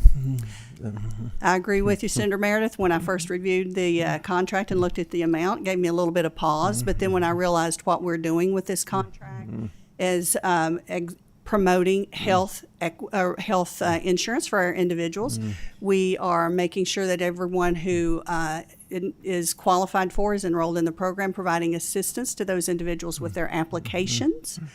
So it is a big job, particularly right now during unwinding when our eligibility workers are stretched way beyond the means and their workload has increased over 40%. This is actually assisting our eligibility workers with reducing some of their caseload because the connectors can actually help individuals fill out their application, gather their information, and submit it up to our eligibility workers. So it's a complete application and it takes less time to review and approve those individuals for Medicaid or SNAP, TANF, child care assistance programs, those sorts of things. So it's a very broad set of services that they do provide. Kind of loosely related to that, Secretary Freelander made a comment in one of our committee meetings about what a great job the MCOs had done on following up with people who are removed from traditional Medicaid because of COBRA. What role do they play in this? The MCOs are still helping us with the unwinding process by reaching out and contacting individuals. In Medicaid, at the beginning of the unwinding period for COVID, we had 1.7 million individuals on our program. It's a huge task to try to reach all those individuals. And we all know that healthcare is very complex, and everyone needs a lot of help in finding and navigating that system, particularly our individuals in rural areas. Senator Douglas. Thank you, Mr. Chairman. Madam Commissioner, I was struck. I think initially you said that you were approached by some persons from post-secondary education who I have two questions. Do you have any? This is just an opinion question. I won't hold you to it. Why they would reach out to you to do such a thing? Well, students on campuses have various needs, and our connectors can connect them, the students, with healthcare services, again, any sort of social program that they may need assistance with to ensure that they stay healthier while they're in school and that they can learn. I mean, we had a big discussion, I think, earlier about education, but healthcare is very important to those students on those campuses. So allowing them and helping them connect to those services is very important. Once they are out on their own, they're no longer with their parents, they're not under their parents' care. Maybe so very important for those individuals to have access to these services and help navigating the system. So we're now moving from being parents to kids through high school, but being parents to kids through college because they're not getting adequate information in elementary school and middle school and high school to be adults when they go to post-secondary institutions. That's kind of what I'm hearing. No, I think that it's that the healthcare system itself is very complex. Even myself, individuals who are going on to Medicare, have to have assistance navigating that healthcare system, and it is a very complex system. It is a very complex system. I understand that. I get that. But we're talking about college students, okay? That's how I'm seeing it. At some point, if we're not forced to utilize what it is that we're learning, we will never utilize what it is that we're learning. The other thing maybe I misunderstood. You mentioned that in doing that, there'll be 180. You mentioned a number of 180 or some number, 100 and something, who would be employed. 156 individuals are employed throughout under this contract. We call them connectors. Again, they're individuals in the community that help individuals navigate this complex system. Yeah, well, I guess the comment I really wanted to step back and concern me a little bit was that if it wasn't for this, then we'd have 156 individuals who either would remain unemployed or even on Medicaid. Is this I guess sometimes I get a little confused because we then assume that if they don't do this, they're not smart enough to get employment doing something else. And I just want to make sure that we're careful with the words that we're using and helping people to become self-motivated and helping them to determine their course as opposed to having us as a government tell them what they can do and what they can't do and how smart they are and how smart they're not. I think what I was referencing is without this contract, there would be 156 individuals that would not be employed in this capacity, and they are very good at what they do. Our connectors are very passionate about going out and helping people in the community. Without this contract, they would not be employed in the capacity of a connector. Oh, thank you very much for that clarification. That wasn't what I understood initially, but thank you very much, Madam Commissioner. Thank you, Mr. Chairman. Senator Boswell, do you have a question? Yes, a question, maybe more of a comment. I see programs like this, and I guess I'm a little concerned sometimes that we're spending more money to try to recruit people to be on some type of government assistance versus maybe trying to spend a little more time trying to teach people how to get off of government services. Getting an extra job, getting a job with an employer while you're going to school that provides health insurance. So I think I'm a little concerned every time I see a program where we're trying to create more people to be on government services. And it sounds like there's a lot of this going on with this contract. Representative Chester Burton. First of all, I appreciate what you're trying to do here, but I guess for me the cost is a little bit extreme, and so I'm just wondering, is there any other room that you can see that the cost of this could be reduced, and how would that affect what you're trying to do? Well, we do have a requirement, the Medicaid program in and of itself, outside of the other programs that this contract serves. The Medicaid program is jointly funded by the federal government, and they pay about 70% of our services. And as part of their requirements for that funding, we do have a requirement to conduct outreach activities and make sure that individuals who are eligible know about the program, assist them. And when you look at 156 people employed by this contract and some of the other things that are included in the contract, I think that it'd be very difficult, if not almost impossible, to reduce this contract. I think if you look at 156,000 people, what an average salary would be for them and through this contract. I don't really know of a way that we could reduce the overall cost right now. Yeah. Any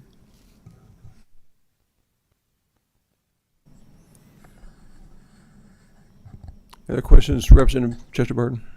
You good? All right, thank you. Any other questions, comments? Not entertaining motion to approve.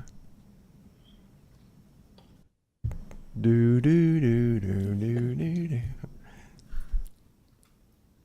Can I make a motion? No, but good try. Is there a motion to disapprove? Well, then it looks like you just move forward with this contract. I guess that's kind of a motion on your behalf, but thank you for being available to us. Always appreciate the feedback you give us. Thank you. The final, believe it or not, on the pulled list is with the Department of Community-Based Services as number 2. On the MOA 50,000 under gray list. Good morning. We do have a representative here. If you would please identify yourself for the record. Jennifer Thornhill. I'm the Assistant Director for our Division for Prevention and Community Wellbeing within DCBS. Thank you for being here. I know it's been a long wait for you as well. I'll try to keep my committee members awake while we finish this. And if you would, please raise your right hand and do you solemnly swear to tell the truth and nothing but the truth? I do. All right, thank you. Have you been before our committee before? I can't recall. I do not believe I have. I've done a presentation before a committee before, but it was quite a while ago, and I can't remember which. Well, this particular contract, do you know what to expect? Yes. And yeah, I don't like California contracts. That's sorry you have to wait here so long for almost 3 hours, but I don't like California contracts, so why do we have to do this? Yeah. So I'll tell you a little bit about Children and Family Futures and our relationship with them. Children and Family Futures, they are the sole purveyor for the sobriety treatment and recovery teams. In the whole world, the only provider in the whole world? They are the owner of the START model, so that's sobriety treatment and recovery teams, which you may be familiar with. That's First Prevention Service in Kentucky, longstanding in the state. So they, they own that model, and they own the research for the evidence-based practice. START is one of our prevention services in Kentucky. Sorry, I got off track a little bit. And that program works to prevent maltreatment, further maltreatment, entry into out-of-home care, and expedite reunification of children that families are affected by substance use disorder as a primary risk factor. As a Family First program, This contract is for both training, consultation, and ensuring fidelity of the model in practice. And that is one of the requirements for the Act for us to be able to claim those $40 federal dollars to support and sustain our prevention programs. They have requirements for us to complete fidelity monitoring exercises and assessments. But there are other groups that could provide a similar service, just not this particular program. Is that what we're saying? To implement the START evidence-based practice, we have to go through their purveyor. So similar to other evidence-based practices that we go through, they have one purveyor owner from varying states, and they are the owner of that model. Did I mention I don't like contracts from California? You did. I can share Kentucky has a long history with START, with a national model. START is rated a supported evidence-based practice on the Family First Prevention Services House Clearinghouse. So that is the second to highest level of evidence base. Kentucky played a significant role in pushing that evidence forward. Kentucky is seen as a leader for the national START model nationally and among other states that are implementing it. And 3 of our previous Kentucky START directors and assistant directors now work with the national START model. So I have a long history. START's a very effective program, a lot of research in terms of reducing those 3 components, so maltreatment, entry and out of home care, the expedited reunification, a lot of research on cost savings versus foster care, our traditional routes for a child protective services case. There's research on expedited recovery, longevity of recovery for women, and then just to give a guesstimate, about every state fiscal year we're serving about 700 and 800 children, and 87% of those children are staying in their home safely at the closure of the DCBS case. So it is a very effective program.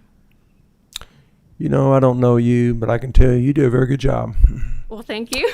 I think you're very committed to what you do. I can see the passion in your voice and what you're trying to accomplish, and you have sold me, plus you swore to tell the truth, and you honestly did. So I will begrudgingly vote in approval of this contract if we have a motion to that effect. Motion. So Second. there is a motion by Representative Pollack. Is there a second? Second. Second by Representative Chester Burton. All those in favor of the motion vote aye. All of those opposed will vote no. Kim, please call the roll. Senator Boswell. Senator Douglas. Aye. Senator Yates. Representative Chester Burton. Yes. Representative McCool. Representative Pollack. Yes. Representative Hart. Let me explain my vote.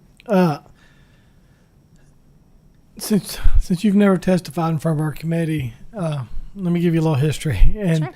It's the issue with California contracts is more than whether or not we like California contracts.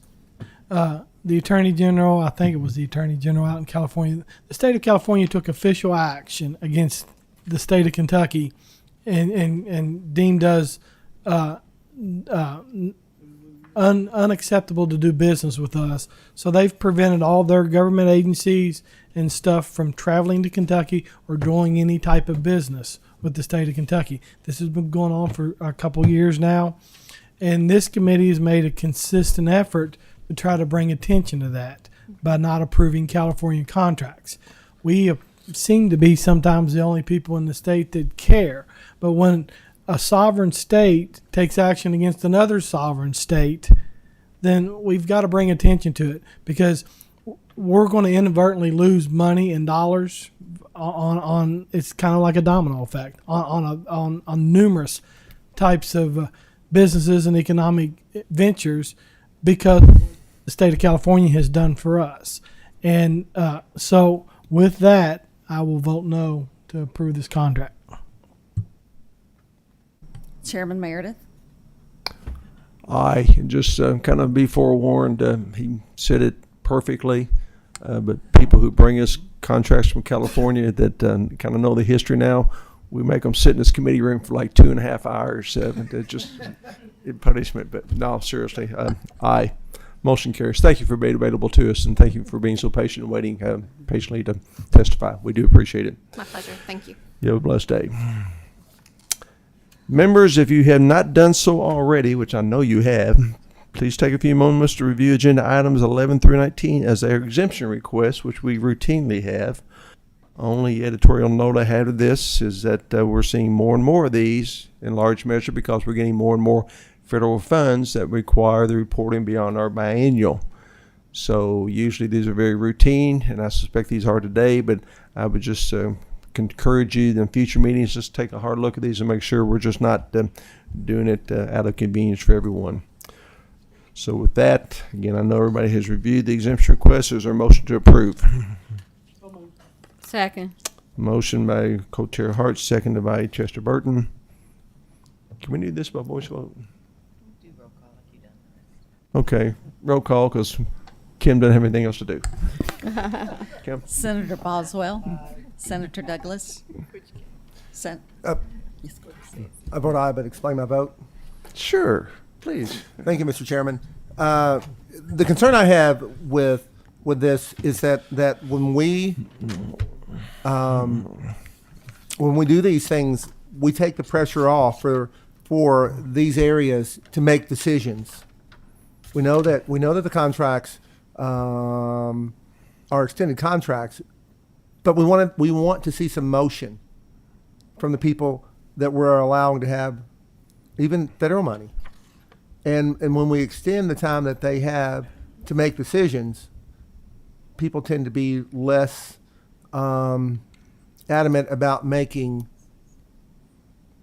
the proper decisions at the proper time. So I do have concerns about us not holding people or holding the feet to the fire in terms of the decision-making process. With that, I thank you, Mr. Chair. Senator Yates. Representative Chester Burton. Yes. Representative McCool. Representative Pollock. Yes. Representative Hart. Yes. Chairman Meredith. Aye. Motion carries. Before adjournment, please note the next September meeting is Tuesday, September 12th at 9 o'clock a.m. in this room. Is there a motion to adjourn? Motion in a second. Second. We'll do this by voice vote. All in favor say aye. Aye. Thanks everyone for your participation this morning. Appreciate it.